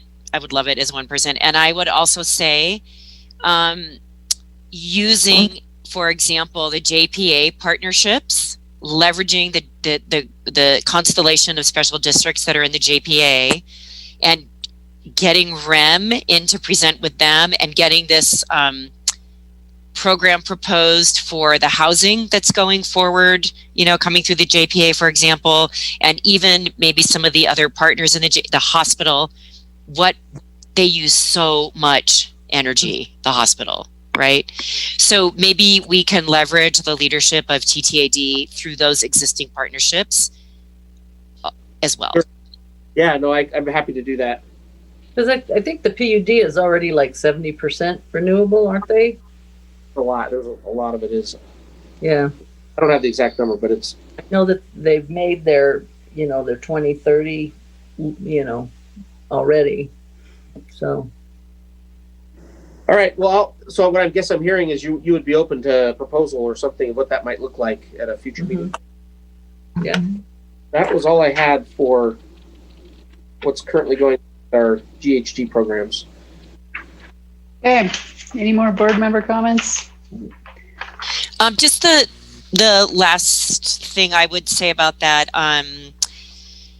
There's in various circles in the time of COVID, especially when aviation traffic has decreased so much, there is a substantial amount of press what am I trying to say? There's a substantial amount of press and discussion and chatter about this is the way of the future, to have less aviation, less flights, et cetera. And so the more the aviation industry can get ahead and in front of showing reduced energy use or shifting, for example, carbon impacts, the better it's going to be for aviation. So again, the size airport we are is perhaps on the small side to be pushing some of these partnerships and initiatives, but really important to demonstrate for all size of airports it's necessary, and gains can be made. It's important for the whole industry. That's a great point. I'm going to actually, because I haven't given you enough stuff to read, I'm going to send you the ATAG, Air Transportation Action Group, on climate action. They've got, and it accounts for COVID, but they put out a waypoint 2050 for decarbonization and climate emergency. It's pretty interesting. So I'll send this out to all of you. And this comes from the aircraft manufacturers and groups like that are saying, yeah, we got an issue we got to address.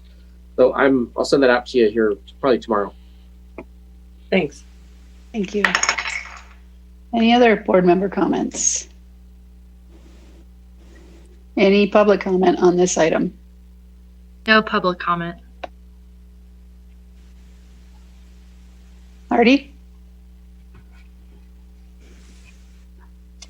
Can't hear you. Muted. Okay, thank you. I in error omitted one of the public comments for agenda item number 18. I'd like to read that into the minutes now.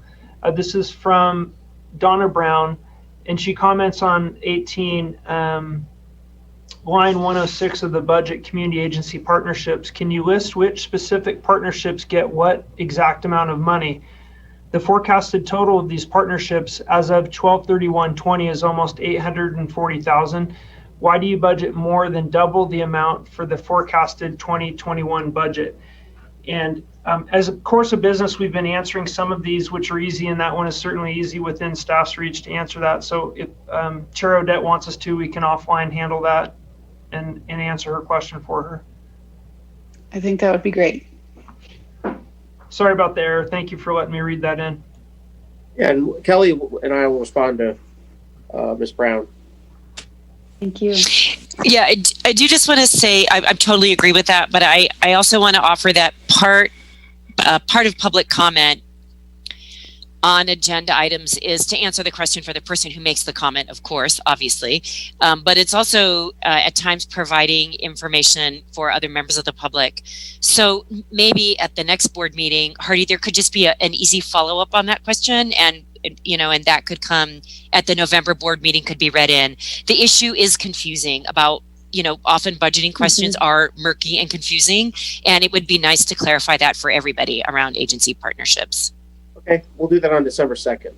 Awesome. Thank you. Good. Moving right along to general manager's report. Oh no, we got Hardy's report. We have Hardy. Oh, aviation and community services? Yeah. All right. I know it's, we'll try and keep it brief.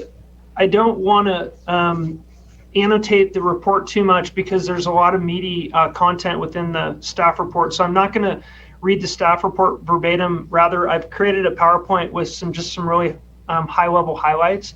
But I would encourage everybody to call, ask questions, find myself, or allow me to connect you with the consultant that helped assemble the information so I can get all of your questions answered, because there is quite a bulk of heavy reading there and some of it quite technical.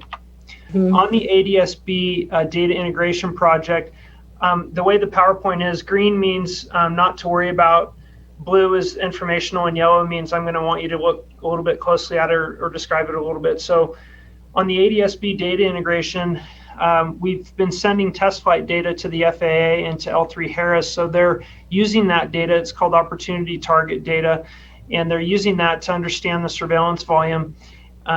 We met with the FAA and talked to them about the project completion and how the FAA will use the data created by ADSB to control airplanes here at Truckee. So we're moving ahead with the MOUs. And then on the ISAT, the system acceptance testing report, that's going to be completed by L3 Harris on November 9th.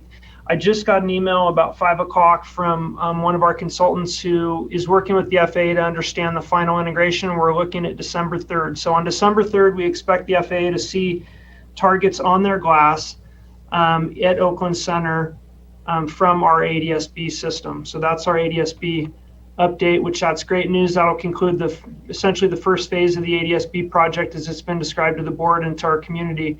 We're shooting for December 3rd, could be as late as December 15th. On the flight procedures assessment, the procedures assessment is posted in your board packet. They did a great job. We did a lot of work to understand the technical nature of the assessment. The goal is really to get that assessment to our pilot community and let them understand it completely and promote that out with the community as well. What it shows when you read through it is it's got some really great viable procedures off runway 11 headed eastbound and a great departure procedure off runway 29 headed westbound. It also outlines the Lake Tahoe visual approach, essentially a visual segment to an IFR approach over Lake Tahoe. We traditionally have called that the Lake Tahoe visual RNAV. And then it's got a new runway 11 approach with a slightly skewed offset coming from the west into the airport, landing on runway 11. So that's the green circle. That's really good news. I've flown these procedures in the Cirrus extensively. They work based on my understanding of the final alignment. So I think they work from an aviation aeronautical perspective. We need to do some additional flight testing. I'll talk about that in a minute. What I want to draw your attention to is obviously we're going to have some new areas of overflight in the community, including Glenshire, Alder Hill, Tahoe Donner, and Ponderosa Estates off the end of the runway. In the staff report, I outlined kind of a little summary from Peter Kirsch, our aviation attorney, about potential outcomes associated with changing flight paths within the community. It's not something I'm going to dig into in great detail tonight, but I encourage all the board members to contact me directly so I can give you additional information on that. The areas are new to our community, so we're going to want to point that out clearly when we do our extensive community outreach starting in late December, early January. So we're really going to want to meet with our constituents, make sure they're getting information that they can digest and understand, because the information is quite technical in nature. To solve that problem, we've done some flight path animations, we've done some greenhouse gas emissions estimations and animations, and we've got comparison tables comparing the new procedures to the existing Truck 4 procedures. So Director Hetherington wanted us to show clearly the difference between what we're proposing and what's existing. And so we want to bring all that forward so it's digestible in a non-technical and rudimentary way so that people understand what we're talking about and looking at. The other piece that I'm a little more excited about in the near future is that we want to get a turbine aircraft at the airfield to fly these procedures. And I'd like to invite the board and ACAP members to ride in that aircraft so they can look out the window and see where the plane will be located relative to the greater community in the region. It's a great opportunity. I'm going to try and schedule 2 different dates for that flight, departing here at Truckee on a nice, clear, smooth, and sunny day. And I'd just encourage everybody to participate in that so we can really look out the window and understand what we see out the window and what we see on the ground. And maybe if you did both, one time you could be on the ground and the next time you could be in the aircraft. But I just want to talk to the board a little bit and see if they thought that was a good idea. And then that'll probably be the end of our conclusion of the test flight period for the flight procedure assessment project. I think this is a great way that you've set it up. I want to go on that. I do need, when you talk about the, these neighborhoods that will be potentially more affected, we need to also be clear in terms of that traffic was funneled over specific neighborhoods when the NAP was instituted and when the tower's been installed. And there was no outreach to those neighborhoods at those times. And so it's a honest way of approaching it in terms of, yes, you will be affected, but decisions were made and these neighborhoods have heavily been affected. So it's all in the way of framing that discussion point. And we have to be real clear about that. Yeah, that's a really great point. And I think we're going to really need to articulate that as we transfer away from the truck 4, we're going to be going into a different area, which is going to reduce. And in the goal of this whole project is to reduce the total sum exposure of noise and annoyance to our community. So the goal is really not only to move traffic to different areas, it's to reduce the overall noise and annoyance from the operations of the airport, reduce track miles, reduce greenhouse gases. So that's clearly, when you read the assessment, it is the first objective that's listed there.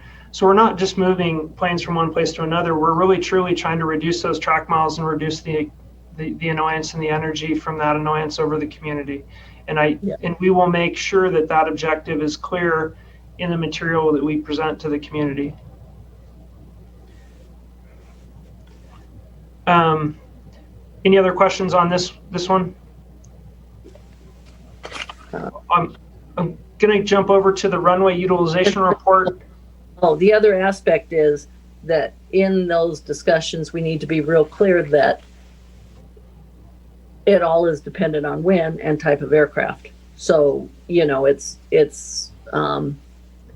not always going to be, we're not shifting, we're not picking up the load and moving it from here to there. These people in this area will still be carrying a big load. And, it's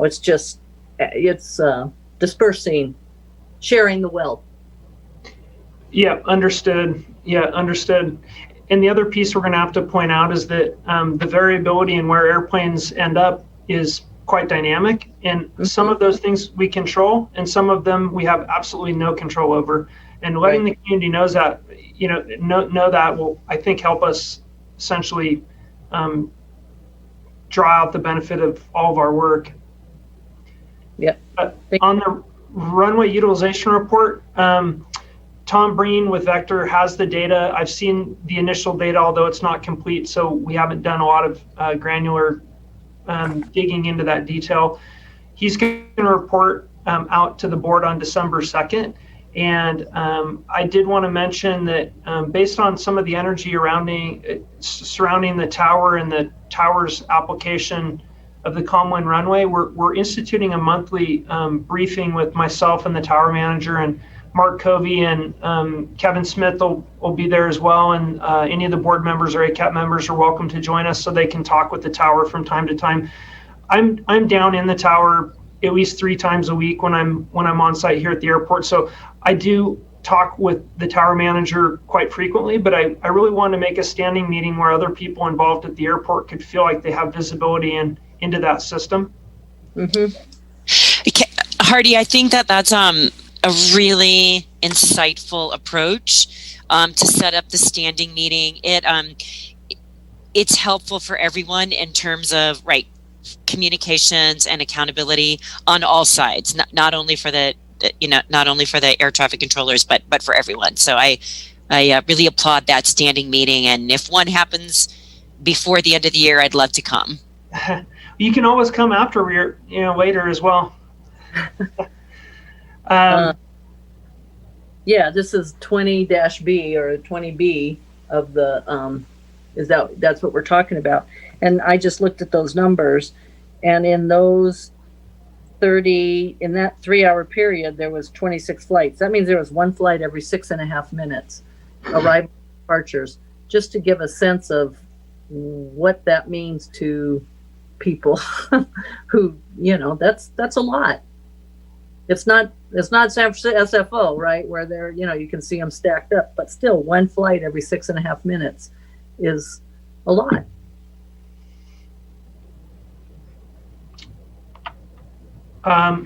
The lands management plan is a comprehensive document, really encompassing all the land that's either controlled directly in fee title or easement for the Truckee Tahoe Airport District. Early on in the process, we met with the consultant team and also all of our partners, Truckee Fire, North Star, Truckee River Watershed Council, TDPUD, Park and Rec, TSD, TTSA, and others, to get their understanding of their interpretation of the priorities associated with the shared boundary areas and actually TTAD land. So the meeting went really well. Balance Hydrologics and HT Harvey are the consultant group. I'm really happy with the work they've done. And again, this document, really the first 100 pages is where you want to focus. The rest of it is boilerplate conservation easement type documents that you won't necessarily need to pore over. They're there for your reference and exhibit only.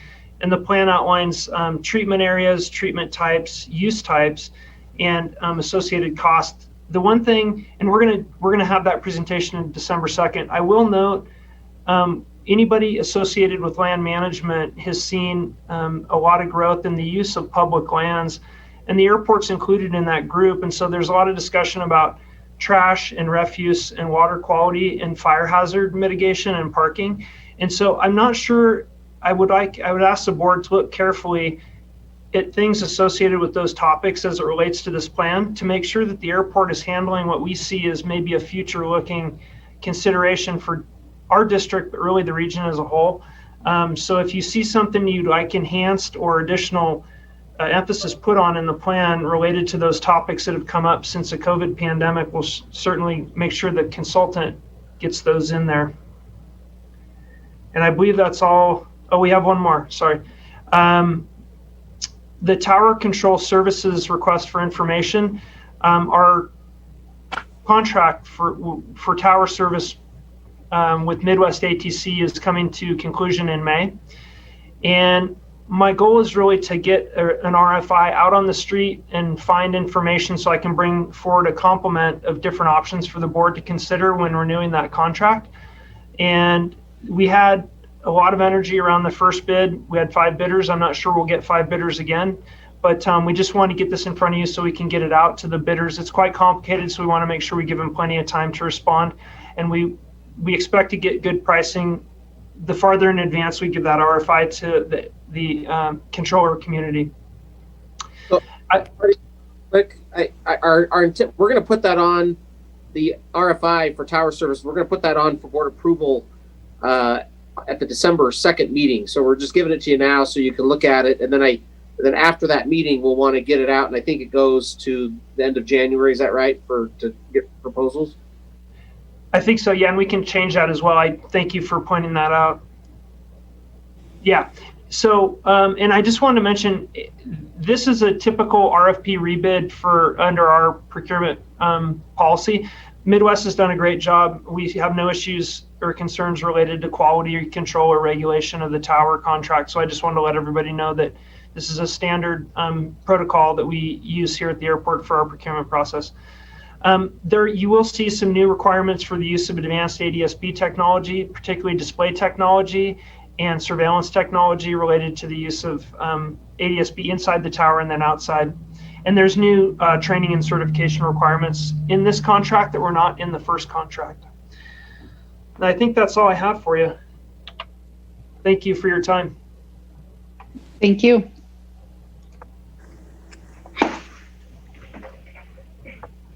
Awesome. Any other comments or questions from the board?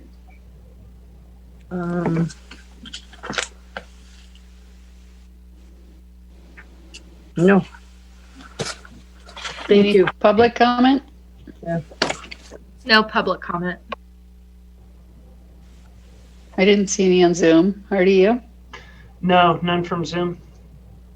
Okay. Oh wait, something just came in. Excuse me. Nope, nothing on Zoom. Okay. Then we're ready for the GM report, and Kevin is back. Sorry, I just grabbed the file off my desk. Great. So, as you know, our unfortunate travel and training is all done by virtually now, which is kind of exciting and kind of not. It is interesting how there's still CSDA and AAAE, American Association of Airport Executives, there's still training going on, and we're participating in that. One thing I failed to mention, and she may have not be on the meeting anymore, but we just did have Stacy Justison passed her airport certified employee in risk management certification, which is kind of a big deal. I'll make sure I mention that at the next meeting too. But we're still doing that training, so I want to congratulate her. But we are looking forward to being able to get out and see people and network like we did in the old days. Rick, do you have any Mountain Housing Council? I have a few JPA issues, but do you want to talk about anything in the Mountain Housing Council? Nothing new to report. So the JPA is very active meeting. We had a retreat on Monday and basically went through all the resources that might be available to the JPA regarding housing assistance, housing inventory, renter assistance, ownership programs. Just an example, you're going to get a full housing report on the housing survey at the December meeting. So we're going to talk more about housing next month. But one idea that came out of that was really interesting is, making sure we have products for those that need to find rentals, but also products for those that maybe already own homes, and trying to pool and leverage the large group of employees that we have, that about 60% own homes, to help them tackle the fire insurance issue that everyone's having. So we can maybe bring their costs down by using district resources and some of the leverage we have with our own insurance companies to do some things. And so we're looking for every type of lever we can to try and affect housing. The first thing that the JPA is probably going to come up with is some master leasing ideas of working with landlords that have buildings, as well as contractors that are building projects, and master leasing multiple units on the rental side. So next month, as I mentioned, you're going to get a presentation on the results of the housing study that'll show you the JPA members, but mostly our employees, and some of the challenges they're facing. And so that's kind of what's going on with the JPA. Any questions on the JPA? I'll move on to the next one, if that's all. Rolling. All right. So we did get approached from the California Office of Emergency Services, Homeland Security Division. They are looking at a regional call center here in the North Shore of Lake Tahoe, Truckee, that area, where multiple public safety agencies would be able to have essentially a 911 dispatch for fire service. And so they looked at our property, and I just wanted to put that out there that we are talking to them about possibly leasing some land on Soaring Way for this kind of facility. And so I don't have a lot of detail. It was a very preliminary conversation, but it sounded interesting, and I just wanted to alert the board that we're having those preliminary conversations with them. All right. Any questions on that one? All right. So the next one is kind of interesting. Sean Barclay with the Tahoe City PUD had mentioned the recreation study that they're doing. I think it's called an assessment that they're doing of all the recreation services. They had approached us about the funding we have in our budget to look at a field house. We have $15,000 in the budget to study the feasibility of a field house, because we kept getting approached by different people for the field house study need. So essentially what they're asking is if we wanted to participate in this regional study to look at this field house concept, and maybe our portion of that study would be looking at just that component of it. So they may come with a more formalized proposal on that, but I just wanted to put that out there, see if there's any thoughts. I really like the idea that I'm not understanding this perfectly, but that there's a kind of a survey of looking at built recreation facilities. Important that we're distinguishing built recreation facilities from things like trails and open space. But I generally think participating in the assessment and the survey is a good idea. And then narrowing it down to the field house and other kinds of requests. We've been through this in a number of ways, that there's, in theory, this huge demand from some segment of a nonprofit community. And then the survey shows us, it's not, of course it shows us, right? It's not quite what we understood at the beginning. And it's really helped the airport refine and define how we support those kinds of segments. Yeah. So yeah, it's thorough, systematic, clear data, and it really helps with decision making. Perfect. I'm one person, other people might not agree. I am with you, Lisa. I think that we ought to participate with the Tahoe City PUD, the North Tahoe PUD. I was interested in pursuing a field house when we turned down the true football for the warehouse. Those two PUDs are very interested in it, and I think we ought to support it with our meager $15,000. All right. Yeah, Consensus. and again, it's also tying in with Rec and Park as well, the Truckee Donner Rec and Park, because, you know, it's, again, the kids from here go over and play on the national field. Those kids come over here and play on the soccer fields.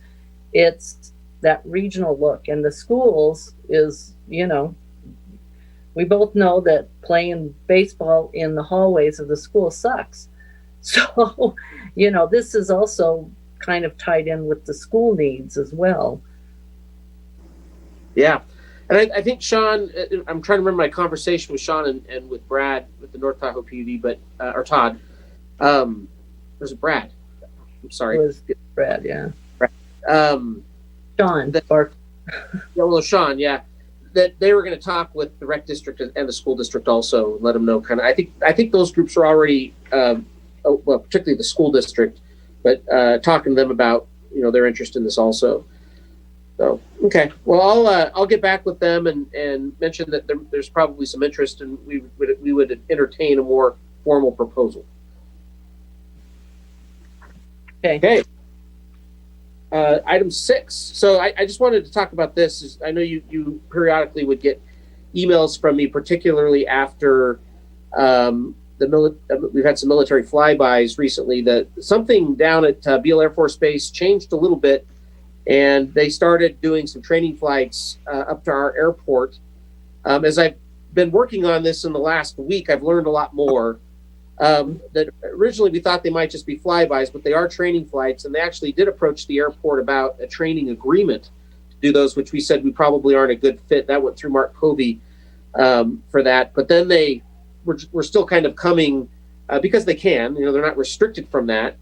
I did have a nice conversation with their public outreach department there, and they were going to go talk with the flight ops group that flies the U-2s and just find out what's going on. I think that was about all it took to have those not come back.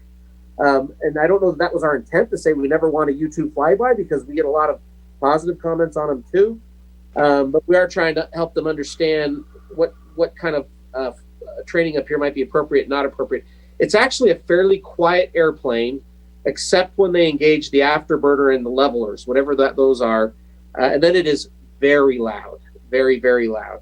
But when it makes the initial passes, it's not really any noisier than other aircraft. But it's when they try and climb, that's when it gets a little wild.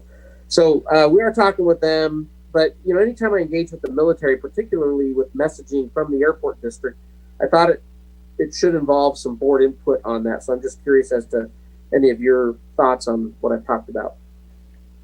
Well, I was standing on the ramp last summer, or maybe, yeah, it was last summer, when the U-2 came by, and I thought it was really cool, and it was really loud when they went up at 45% or more angle with the afterburners on. So I thought that was really cool, and that was one incident. But this summer, they've been repeated. Sometimes one after another in the same hour. And I thought that was a bit much. And when somebody tells me that's the sound of freedom, I didn't realize we were overflying the Soviet Union like we did in the 50s with the U-2. I think they're used for high altitude photography and not for national defense. So I don't think that's the appropriate response. So I don't mind they do it once in a while, but they've done it a lot more than once in a while this summer. Mm-hmm. We have no control over it, though, right? Correct. Yeah. If I tell them we don't want those flights, they won't bring them here. And I also was very gracious. You know, we want them to know that we support the military. We have all branches of the military here all the time. They come in frequently in some of the quieter aircraft that they fly. But yeah, the repeated climb outs from a U-2 was, you know, I think there were 3 visits. Each one of those had 3 to 4 passes in 6 weeks. And so that was unique. We hadn't had that before. So I think by the mere fact that I reached out to them, I don't think we're going to see them again. They'll go somewhere else. But well, it's, you know, back when the Marine Warfare Training Center wanted to use our airport as a base for training helicopters, and we as a board were not loving the idea. And they, in fact, I think moved down to Mammoth or Minden, you know, that is also high altitude, and there's really not a lot of traffic there, that they're going to fly over people's homes. So in terms of, you know, this board member, you know, once in a while, like Rick is saying, you know, once a year, it's, people think it's cool, but 9 times it's not cool. Kevin, it may be your call shifted the flight patterns visits here, but there were some issues in San Francisco as well. Some people supporting the flyovers in San Francisco, but a lot of complaining. So it may be that they've just changed their whole program. I do know they had it was very controversial over the Bay Area in exactly the same period. Yeah. Okay. Well, I'll keep in touch with Beale Air Force Base. They're very accessible. You know, when you call down right away and they want to hear from you. And so I'll keep up with them and just see kind of what's going on. And I told them, hey, we have an air show in July. Hopefully, we would love to have one of those at the air show. And yeah, let's do it. You know, and so there was some good dialogue going on there. But I did indicate, and even when the last one came in, I actually called the tower and asked if you could just ask the pilot to not do a noisy climb out, and they didn't. You know, they climbed out very quietly on the 3rd pass, so, or as quietly as you can in a U-2. So, again, I think I speak for the board in saying that we support and respect our military, but just want to work with them on the type of flybys that they do. Absolutely. Okay. All right, so let's go to item 7. So this was an interesting one. I just wanted to let you know I'm having some preliminary conversations with the school district on this, and I'll get you more info. But I sat next to Carmen Geisels, who's our new superintendent, learning officer of the school district, and mentioned to her that there is a new STEM-based curriculum from the Aircraft Owners and Pilots Association for schools, and that I'd love to explore that with the school district, with our board, and see if we have interest in trying to implement some of it there. And I did include the link to the You Can Fly program, which isn't just flying, but it's engineering, it's aerospace, it's space, it's astrophysics. It goes through all kinds of things, and there may be opportunities for us to either help introduce that curriculum, leveraging our facility in the school district, but also possibly funding. You know, maybe some funding to that program to help the school district launch it at both of our high schools. So there's actually 3 high schools, but you know, North Tahoe and then the Truckee High, and put teachers and put this curriculum in those programs. So I just wanted to put that out there, and I might bring it to you later with more formalized information, but just wanted to get your thoughts on it briefly. Yes. I think it's awesome. Yeah. Yeah. Yeah. Yes. I think your link is incorrect, actually, Kevin. The end of it couldn't possibly be right. Okay, I'll send you I don't know, I didn't hyperlink, but I copied and pasted that and it went to the right place. But I'll send you the more information on it. Well, I went to it, and it's, you know, we need to have the high school teachers that are interested, because they have to go through training to do this. And that's $250 per participant cost, and you know, that's not huge, you know, but it is also, it's one of those ones of,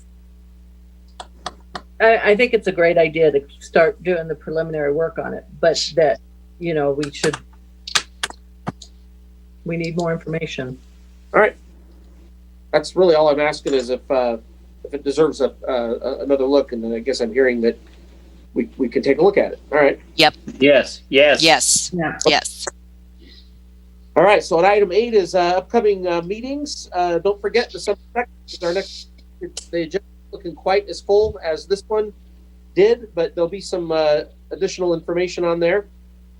December 27th, and then February 24th, or sorry, January 27th, and then February 24th are upcoming meetings. And I also just did want to put it out there with everybody. We need to find out, the election results, but I would like to get a March or April board meeting together, workshop to meet, train, and discuss future endeavors. There's multiple things, but with the new board, that would be a really good thing to do, in my opinion. So I'll be trying to get that done when we. In 2016, the election wasn't certified for 30 days. So that would be after our December 2nd meeting. Yeah. No, I'm anticipating that being a January conversation about when we can get a workshop together. And then I always, our rolling agenda, you can kind of see what's coming up in December and then in January. So one thing that's not on the December agenda is I do have a access agreement I'm going to bring forward with American Towers on Alder Hill. So we'll talk a little bit about that. I'll show you some information on that. And then in January or February, you might hear from the Boys and Girls Club. Their service agreement that they have with us is coming to an end, and we'll want to talk about that. They would like to renew it. So we moved 3 fairly large things, 2.5 large things, and so how is that looking like we can handle this with the December 2nd, or should we be looking at a special meeting to peel these things off? I think between December, January, and February, we'll be fine. It lightens up in January and February. I'm happy to do a special meeting if everyone wants. But some of these things, it's a big list there for November, December, but some of those aren't going to take a lot of time. Okay, I just threw it out there so that you would, have a better sense of. Happy to. It's really up to the board if you want to do that meeting, but I think we can get it all done. Great. Yeah, let's go with that. All right. So that's it for you. Any public comment on the GM report? Yeah, I have one public comment. Donna Brown, public comment for item 6. Please no U-2 spy plane flights up here in Truckee. CO2 2 ? Noise pollution 2 ? Mary's mission statement ?